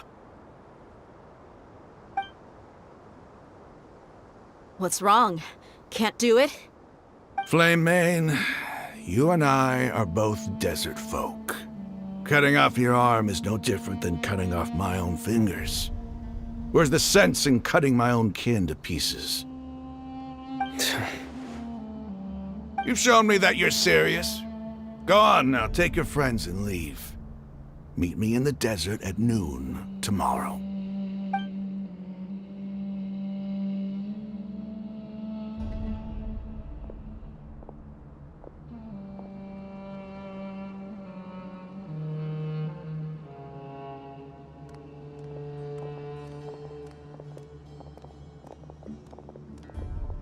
Phew.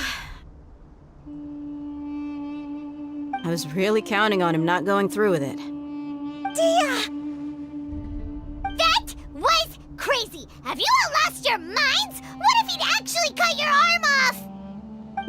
Then I just have to hold my claymore with my left arm.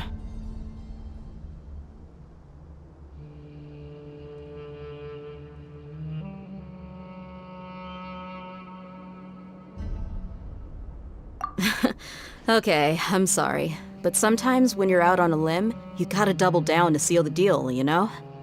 Don't ever make a promise like that again. I can deal with the likes of them.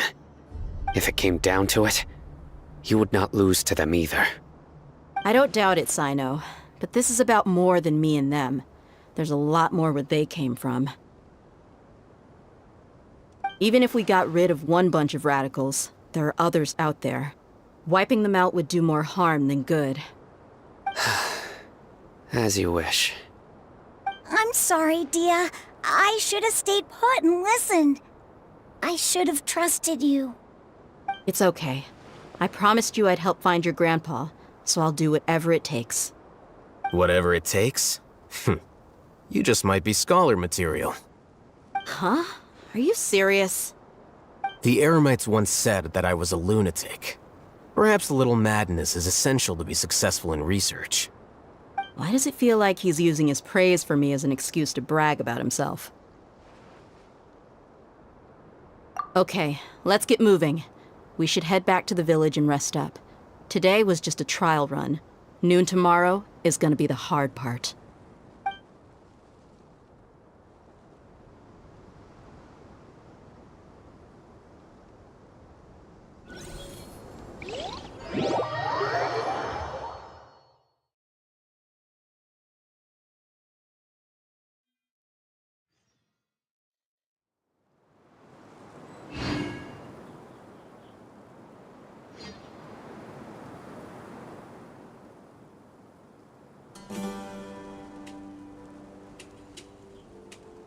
Something on your mind again?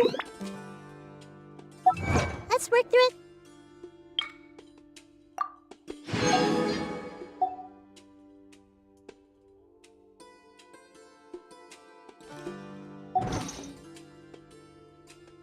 Together.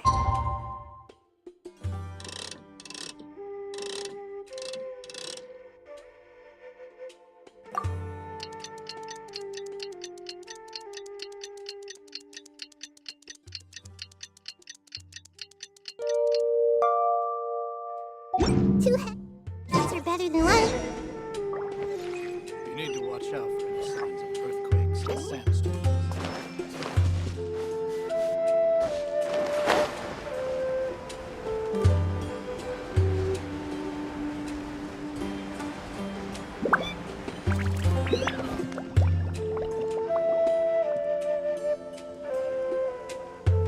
here so early? Looks like we have everyone here. Isak, are you sure you want to come with us? I'll watch from a safe distance. Dia, I want to be there to bring Grandpa home. Okay, let's go then. Dia, wait. What's the matter? I heard that you were quite reckless yesterday. No more of that today, understood? Or I'll be very upset with you. Fine.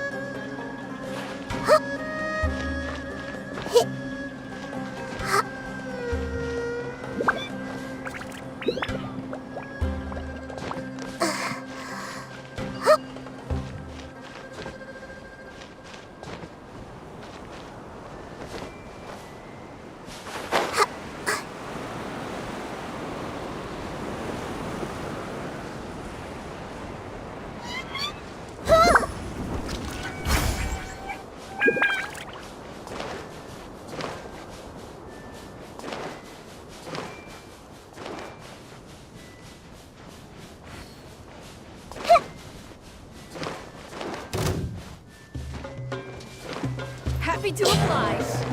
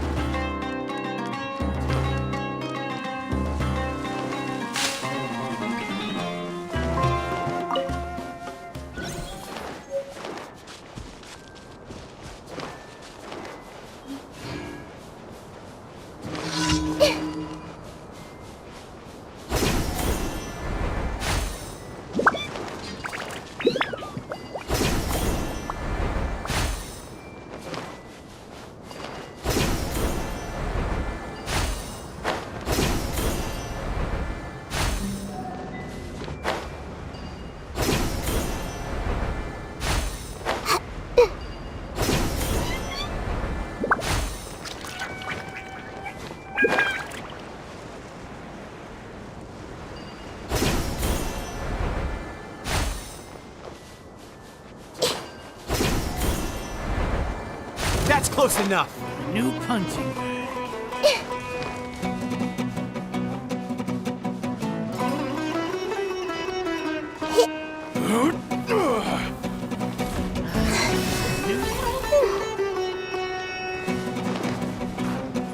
Where do you think you're going?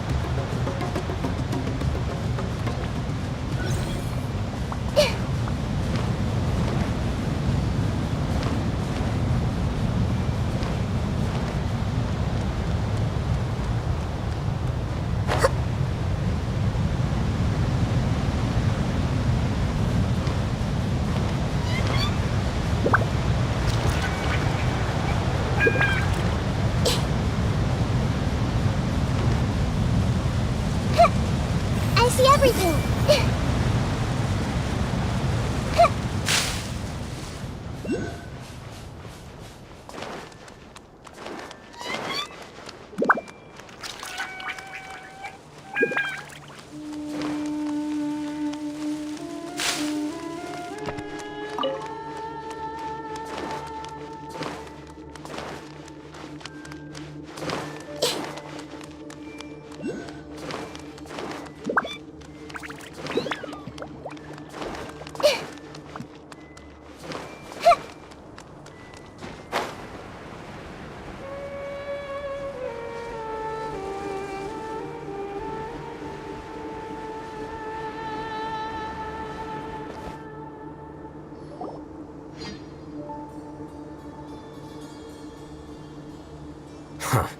They got here before us.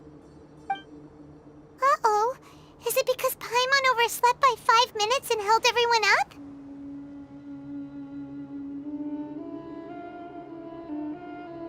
Is everything ready?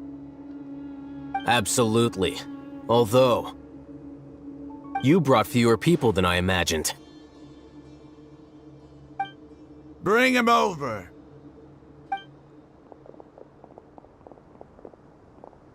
Grandpa! Why is there only one of them? Raman, I've always thought of you as a man of his word. What's this about? It's a one-for-one exchange. Sounds fair, don't you think? And let me put it this way.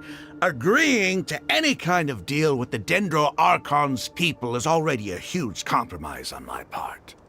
Don't you think you've asked enough?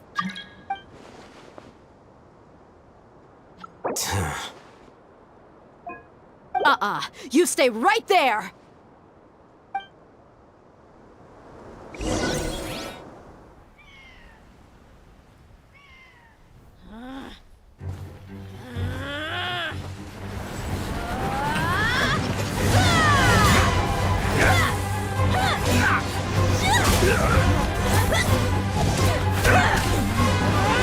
Boy, what do you think you're doing?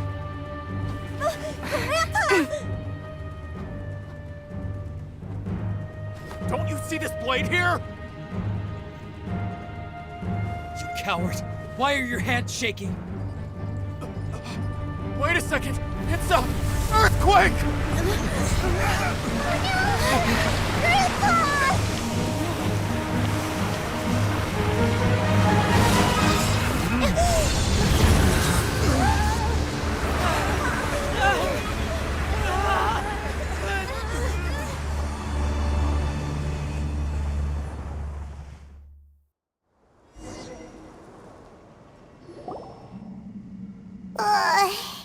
Paimon's dizzy.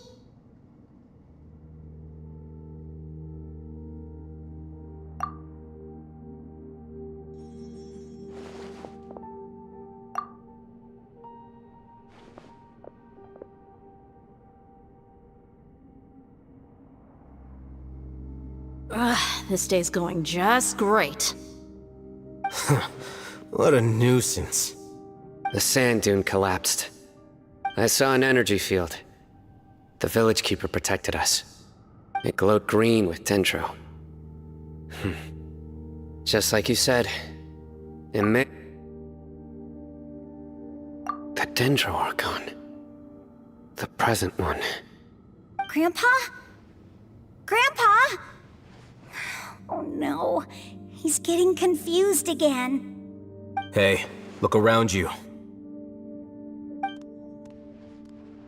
Did there used to be a temple here?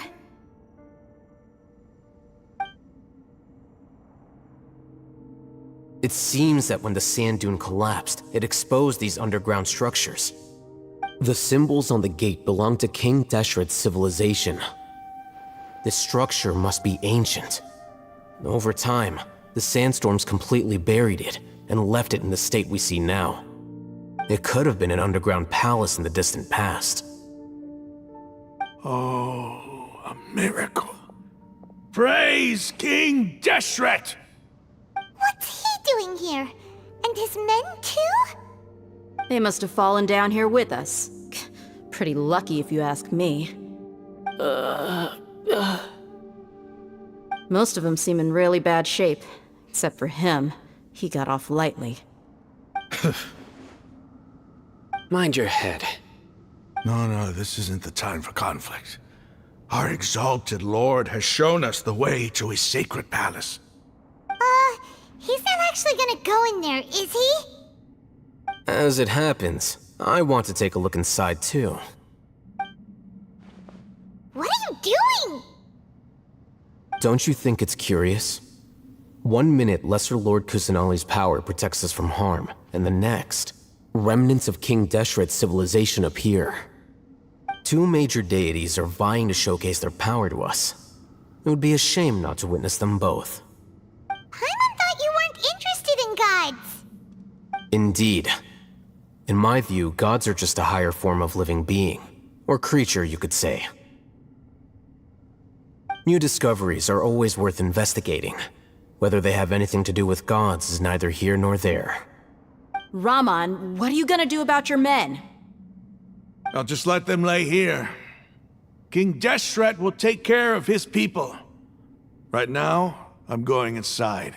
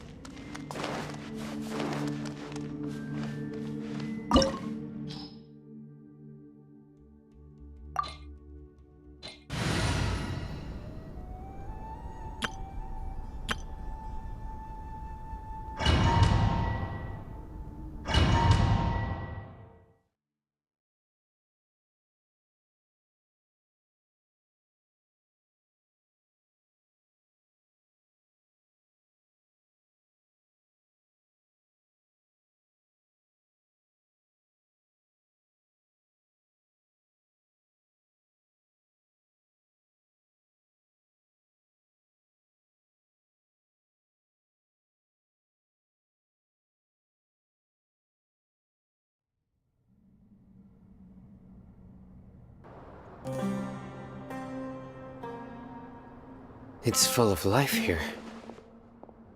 This defies comprehension. It looked completely desolate from the outside. Yet, it flows with energy inside. Yeah, and there's so many plants. It's so pretty. Sir Rahman. Huh? Me? Do you see another Rahman here? Are you mocking me? What do you mean, sir? Interpret it however you want, but there's something I'd like to draw your attention to. While this structure is clearly left over from King Deshret's civilization, the energy that flows in here is that of the Dendro Archon. Whatever you say. It's not like I have a vision. There's nothing to be angry about. Think of this as an academic journey. It does seem kinda strange. If that's true, then we might have to explore this whole area to find an explanation.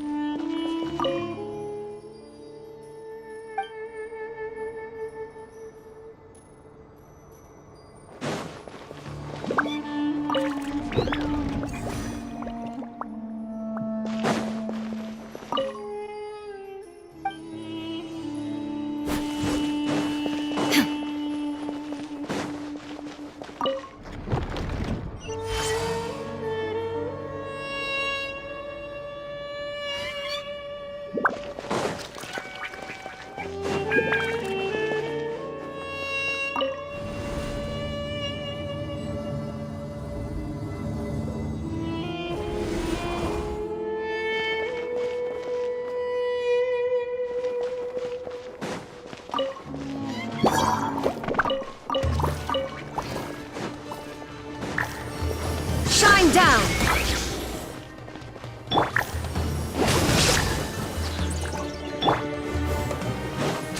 Out of the frying pan, into the fire! Final warning!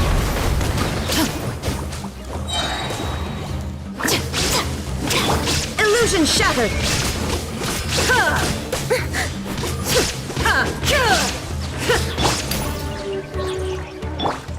Boba,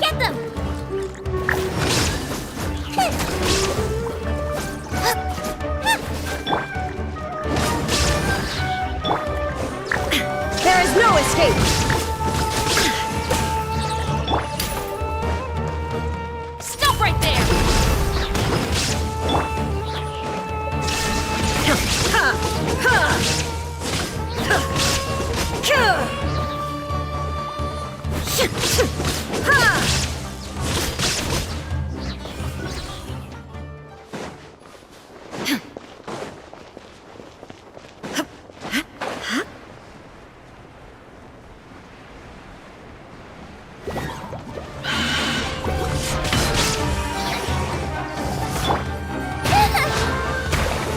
Out of the frying pan, into the fire!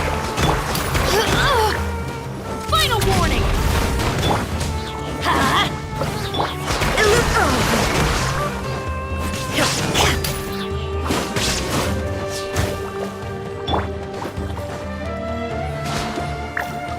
Teamwork is dreamwork! Hands where I can see 'em! Eat this! Insolent! Shine down! Now you shall perish!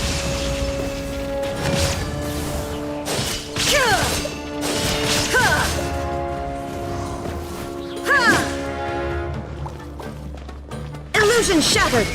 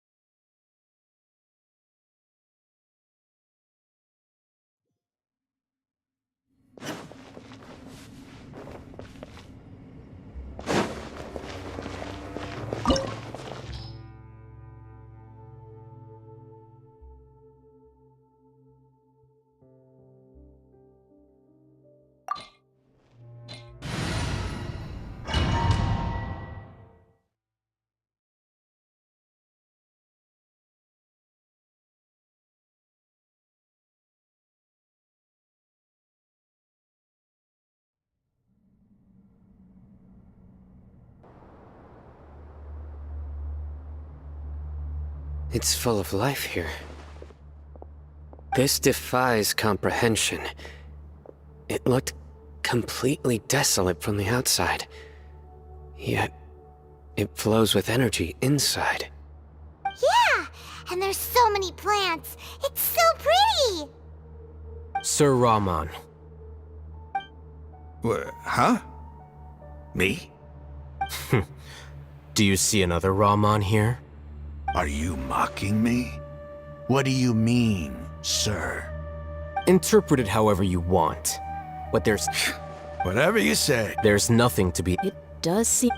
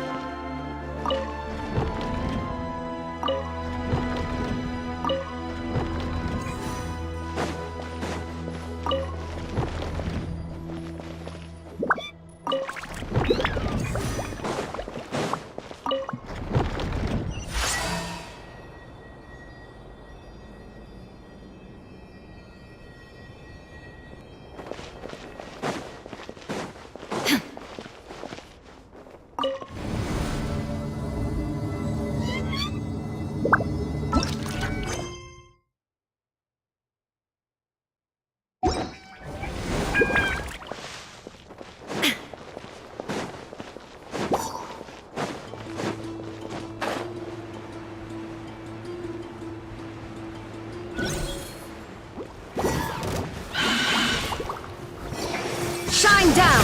Oh. Stop right! Nut! Let's light it up! Booba, get them!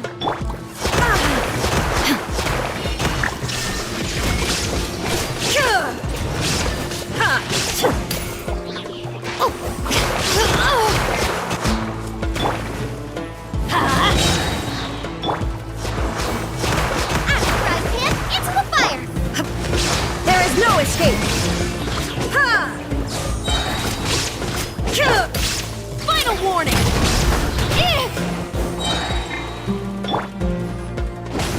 Adventure time! Shine down! Booba, get them!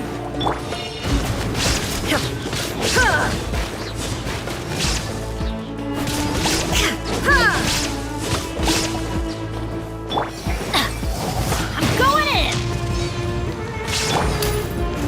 You asked for it!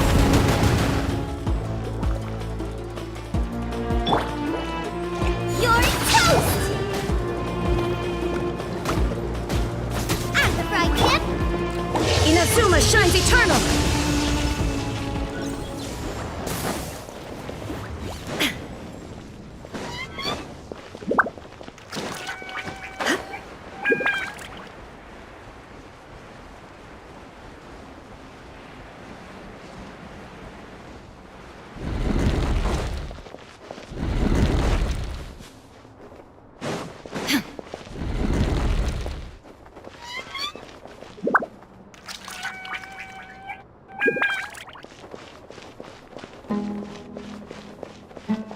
Illusion shattered!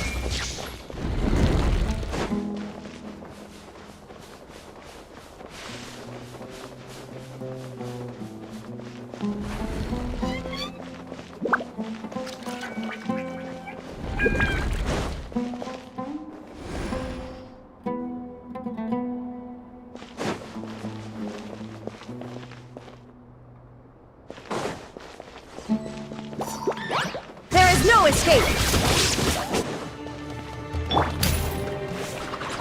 Drop Drop your weapons!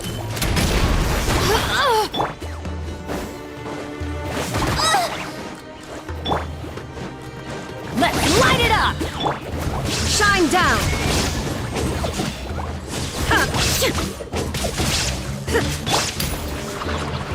Stop right there!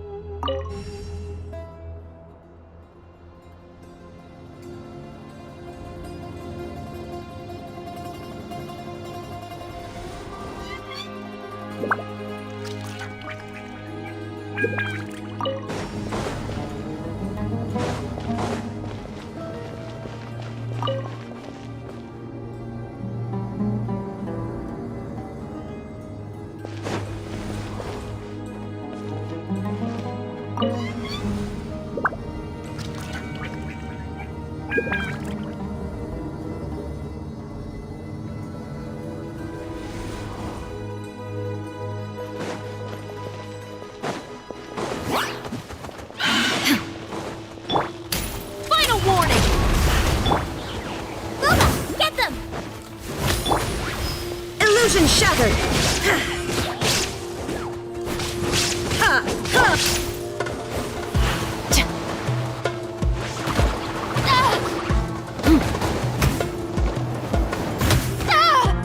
This can't be the end.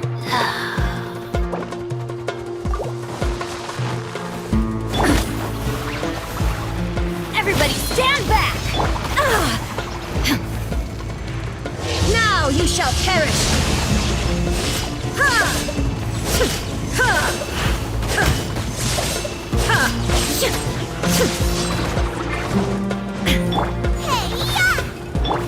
There is no escape!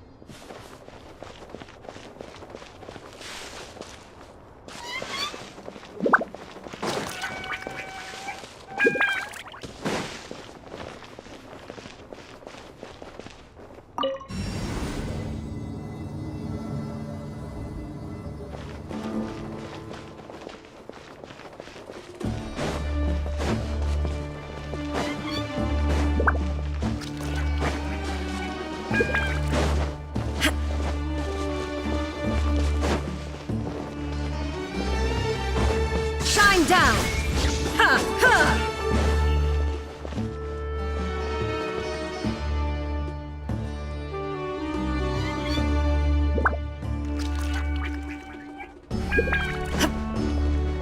There is no escape!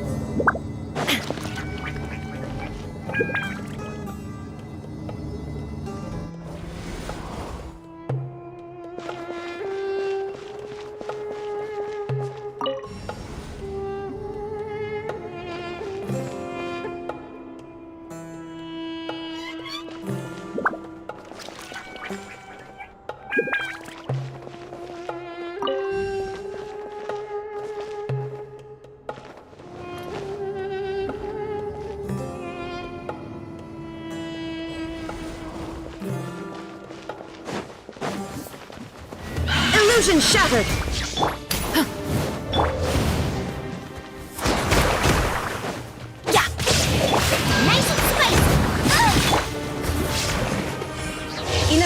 shines eternal! Shine down!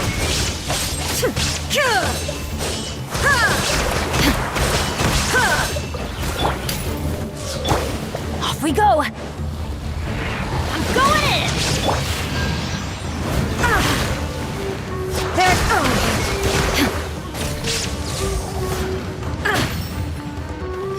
Out of the frying pan, into the fire!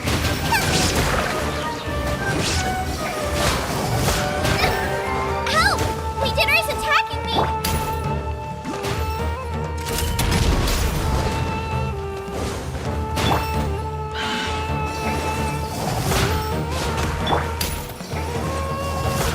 Hands where I can see 'em! Torn to oblivion! Illusion shattered!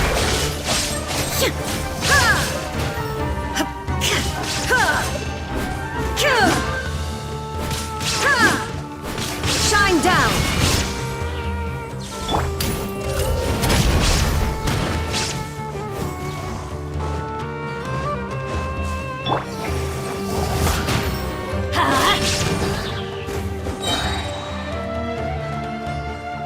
Everybody stand back!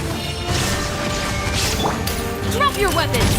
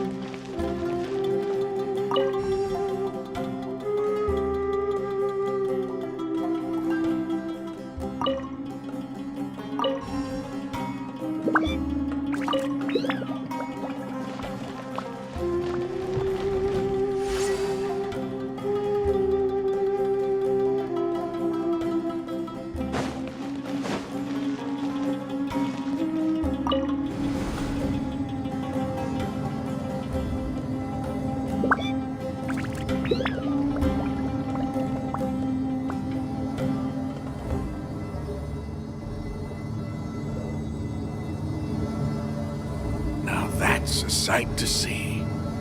King Deshret's splendor surrounds us. There's so much vegetation here. It's different than what I expected. Sure are a lot of plants for a desert. That's what I call divine providence of King Deshret.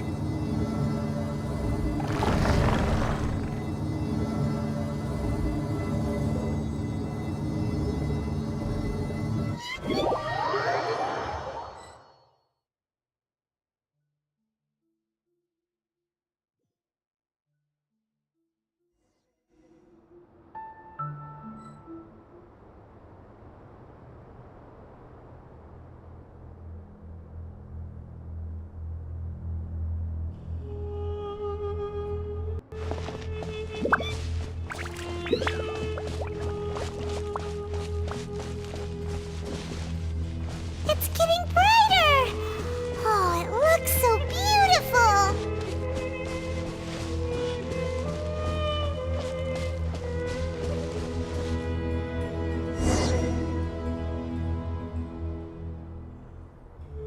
Wait. What's that?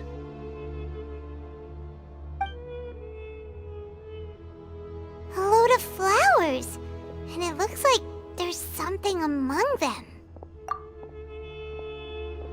These are King Deshret runes. They left something behind. Yes. It's an elegy written in an ancient script. What does it say? Here lies our faithful priest Kasala. His wisdom is a miracle among the people, deserving of high praise and admiration. You can read ancient King Deshret script? Of course. Every student needs to master at least 20 languages before they graduate. He's not serious, right? There's still something off about this place. The elemental energy here is too concentrated. The scent of life. Is it trying to tell us something? Is this it? Analyzing.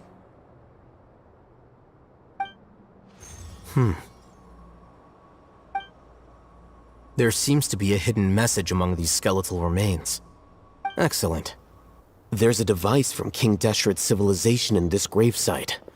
I'll transmit the information over and project it for everyone to see. Isn't sharing knowledge against the Academia's rules? Yes. However, under the circumstances, I'd prefer you to see this for yourself. You'll understand after watching it.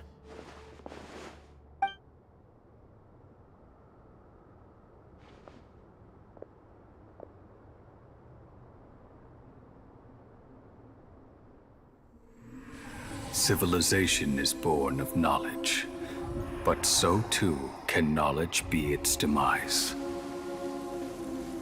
A disaster caught us unaware. It was knowledge that did not belong to this world. King Deshret brought this forbidden knowledge into our world, and it quickly spread like a plague. People's minds were filled with crazed whispers. Dark gray scales spread across their bodies. Even the land was stripped of its vigor. Only a desperate, deathly silence remained. Were it not for greater Lord Rukkhadevata from the forests, the damage would have been irreversible. She summoned the priests to build temples and infused into them the divine power of life. The disaster was miraculously tempered, and the embers of our civilization were preserved in Aru village. Alas, the miracle could not last. As long as forbidden knowledge continued to exist, it would forever blight this world. In the end, the proud king of the desert, my eternal lord, chose to sacrifice himself. I have spent my whole life since guarding one of these many temples. But now, my duty is coming to an end. As I close my eyes for the final time, the sight of that noble deity will appear in my vision once more. In helping King Deshret to eradicate forbidden knowledge, she exhausted her strength, and her form became that of a small child. How strange. Now that I think of her, I no longer have any fear of death, for I sense that the spirit of life will abide with me during my eternal sleep. Children of the desert, cling no longer to past grievances, but hold tight to the memory of this act of benevolence. What was that? The priest's memories. No, impossible. Greater Lord Rukkhadevata. So the former Dendro Archon and King Deshret were never enemies at all. But this doesn't make any sense. The Dendro Archon's followers, they're clearly... Was that The former Dendro Archon? He became so tiny in the end.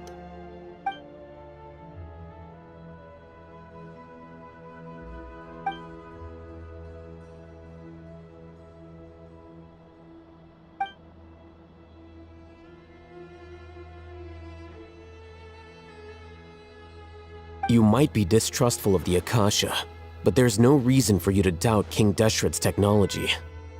You've just witnessed his priest's last words. I've never heard about any of this before. The surviving followers of King Deshret all gathered in Aru village. Our god did not make mistakes. We refuse to believe any of the rumors. King Deshret's death, the all but total annihilation of our civilization. It was all Greater Lord Rukkhadevata's doing. We saw her as nothing more than a traitor, who stabbed us in the back in our moment of crisis. Just like us humans, fighting, feuding, double-crossing each other to survive in the desert. You were blinded by your prejudice.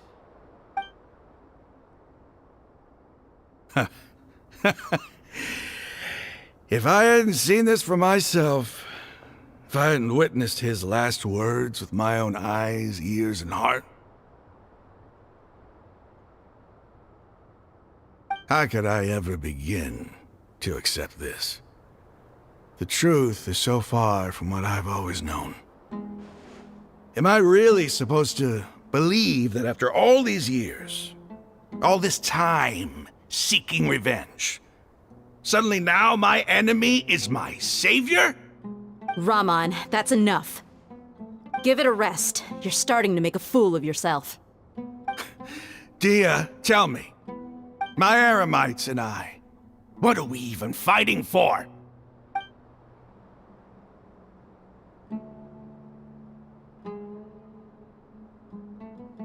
Hey, how you doing? I'll live. Thanks.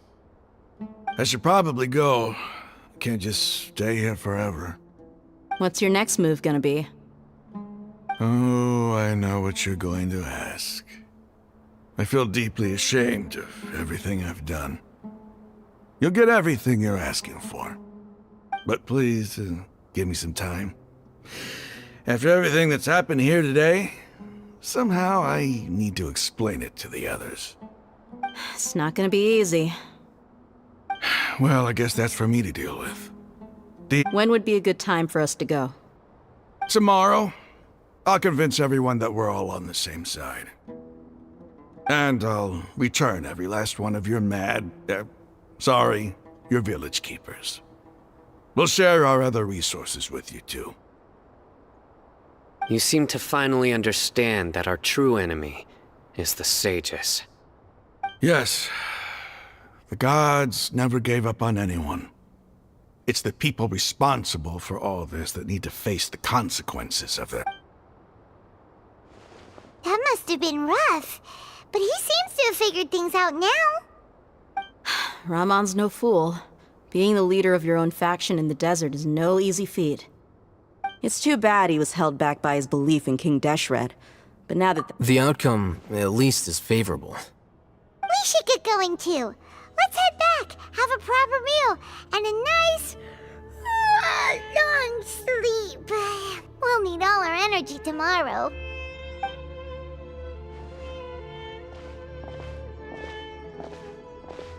Sino, we're leaving! Stop yelling.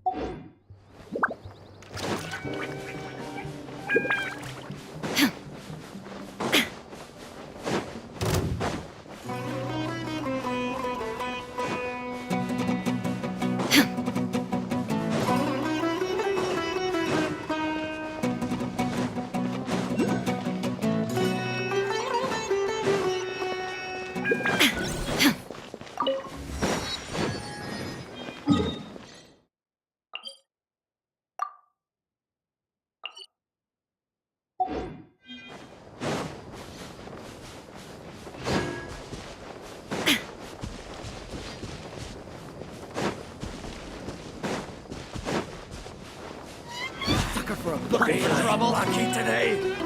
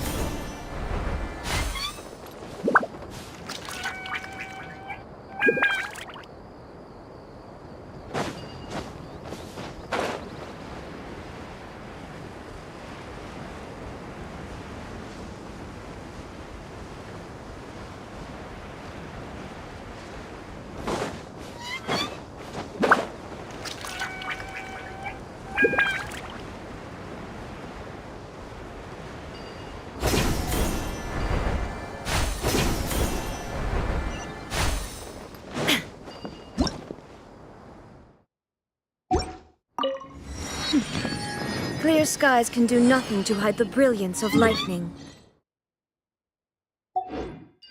Divine bolts can strike even in the absence of rain.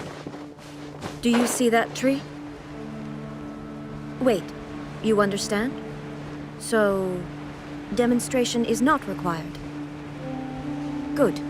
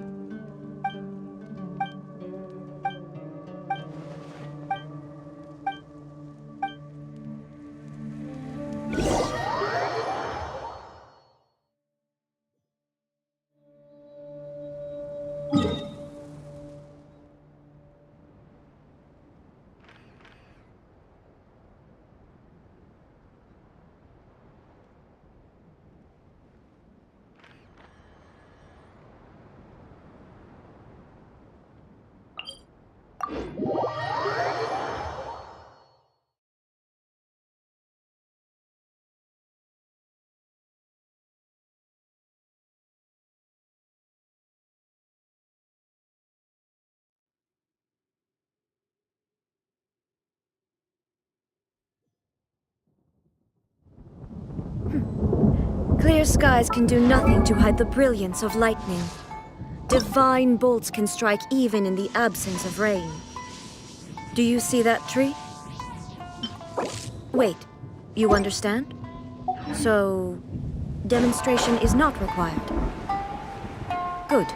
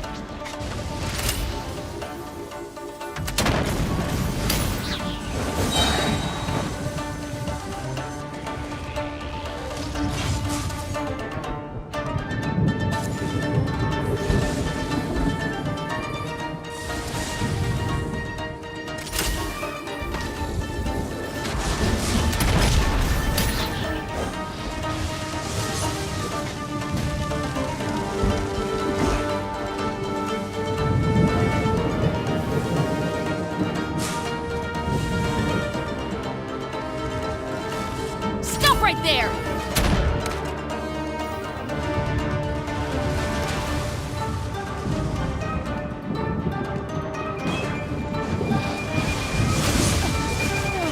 Justice will prevail!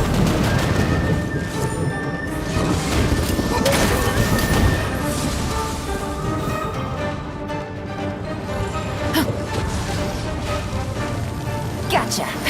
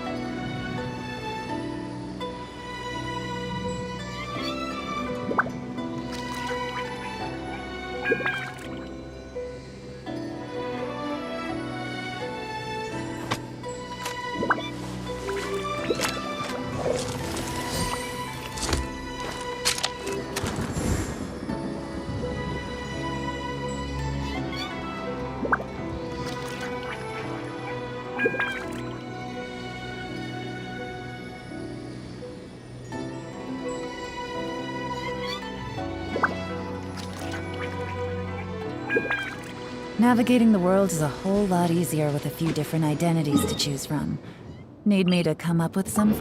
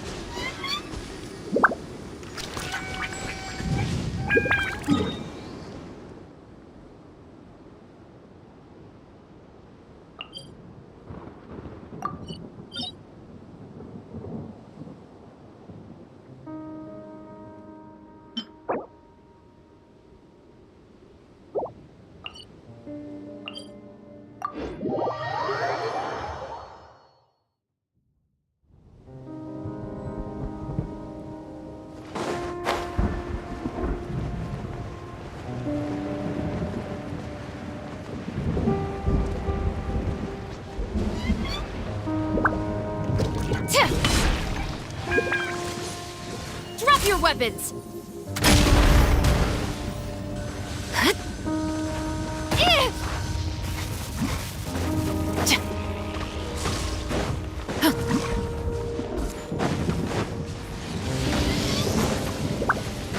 Final warning!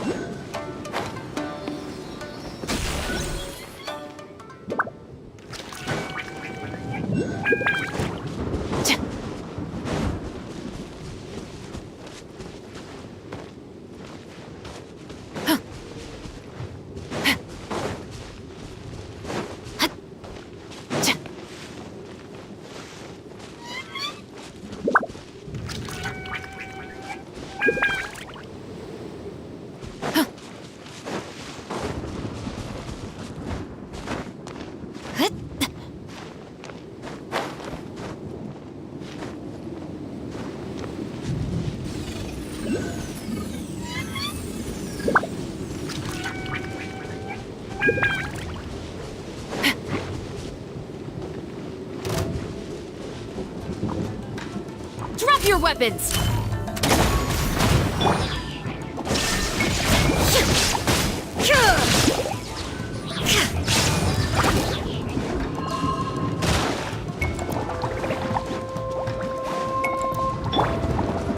You asked for it!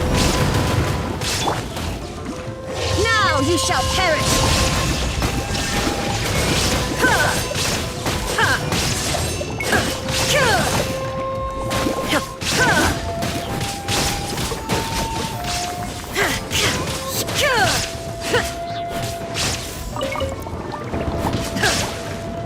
Illusion shattered!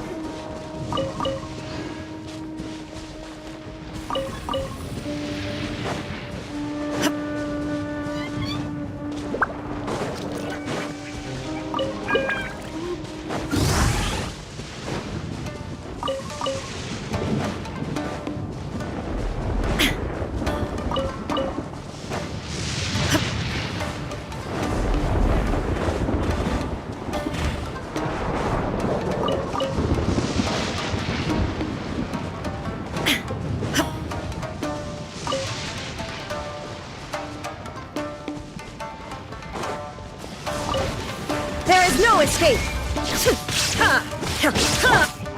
Final warning!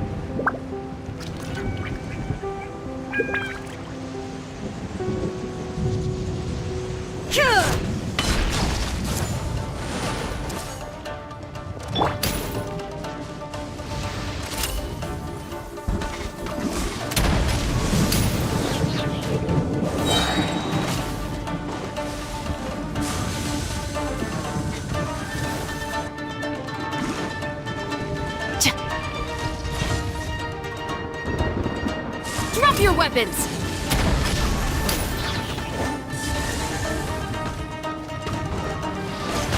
I see everything! Hands where I can see them!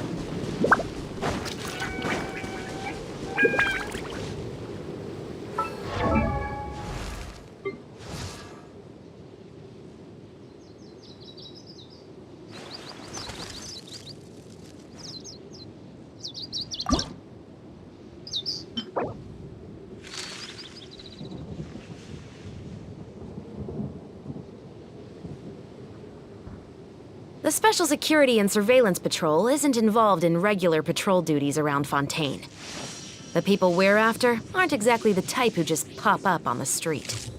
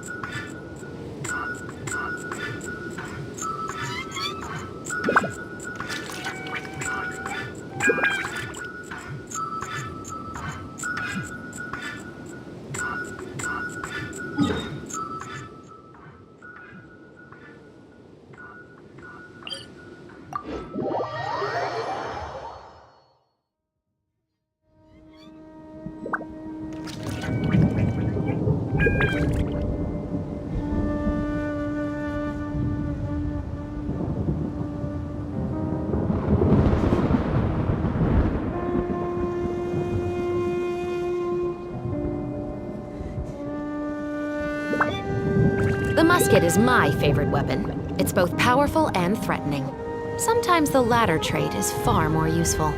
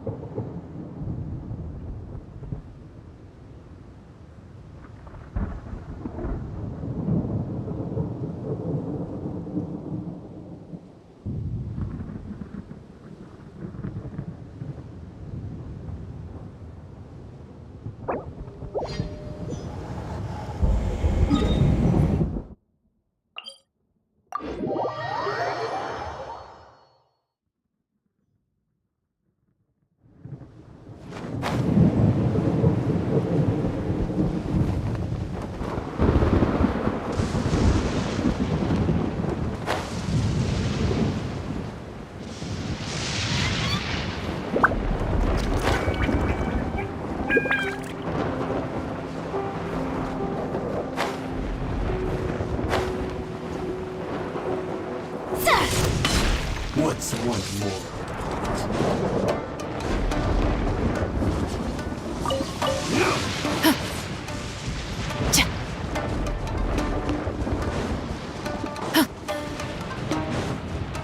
Fall before me!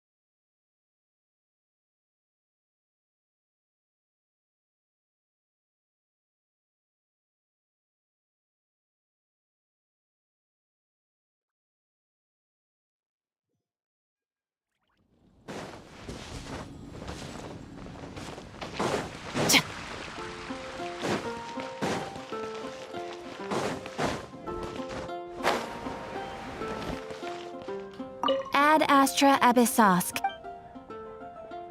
Thank you for completing. I was labeled a Ad Astra.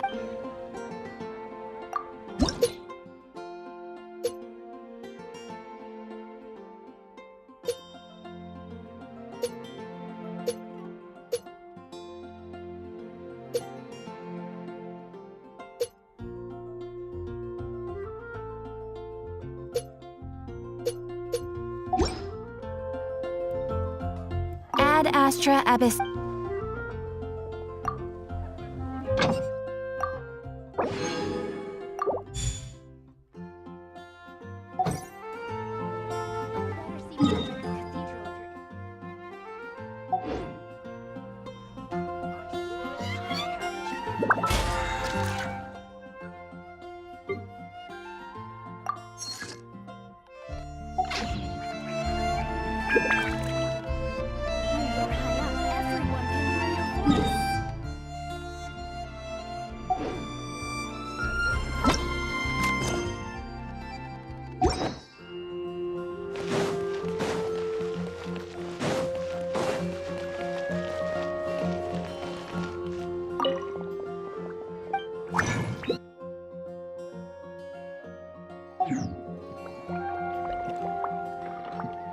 The neighboring nation of New.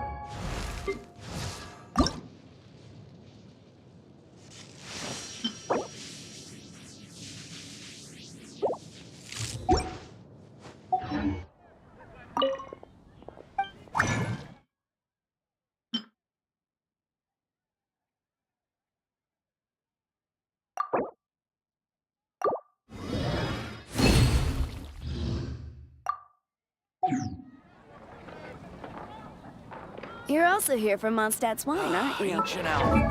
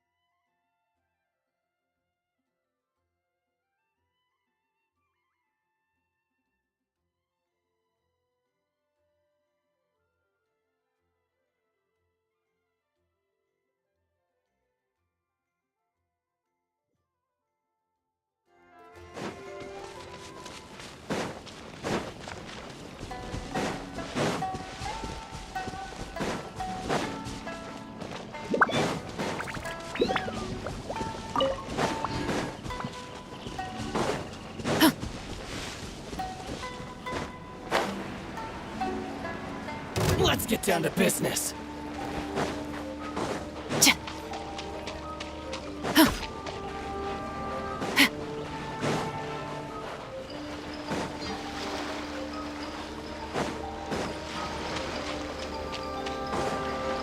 Yeah, yeah!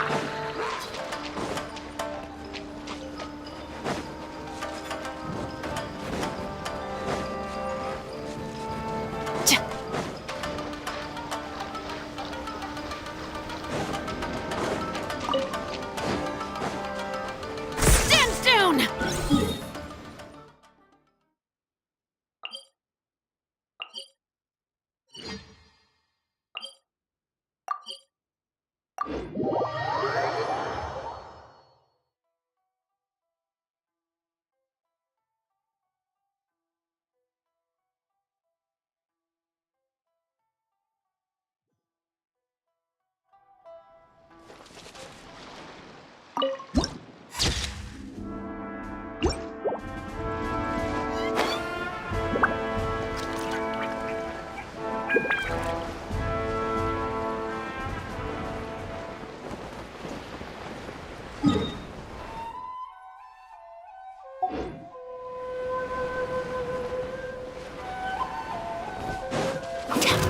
Another test subject.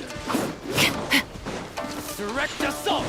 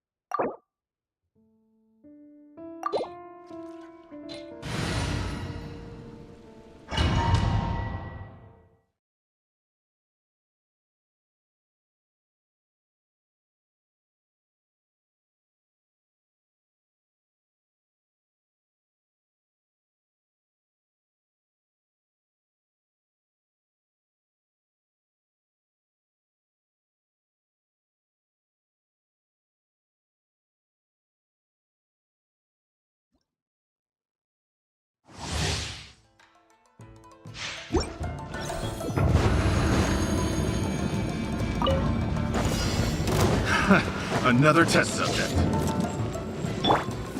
Eat this! Stop right there! Eat this! Freeze! Torn to oblivion! Illusion shattered! Erase all threats! Under all sight!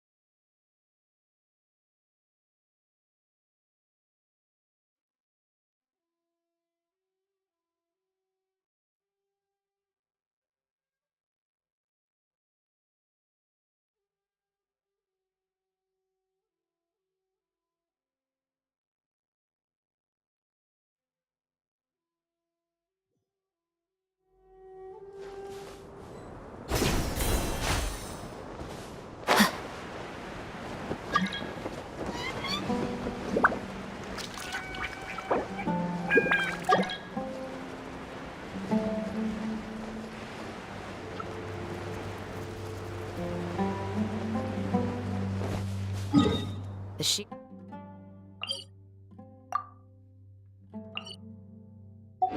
Your vastness of the desert is perfect for keeping certain things buried and out of sight.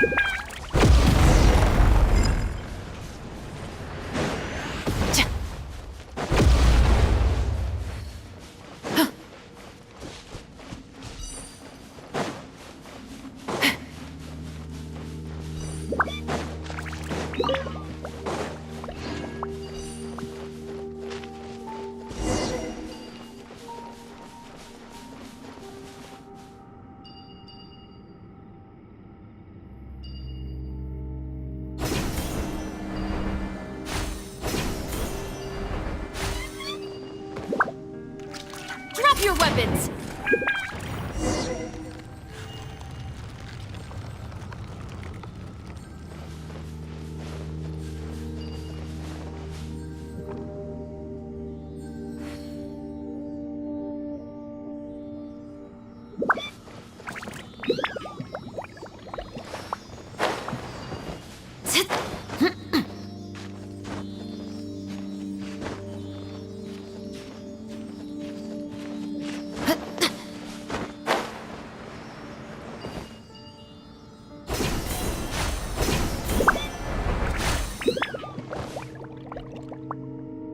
Final warning!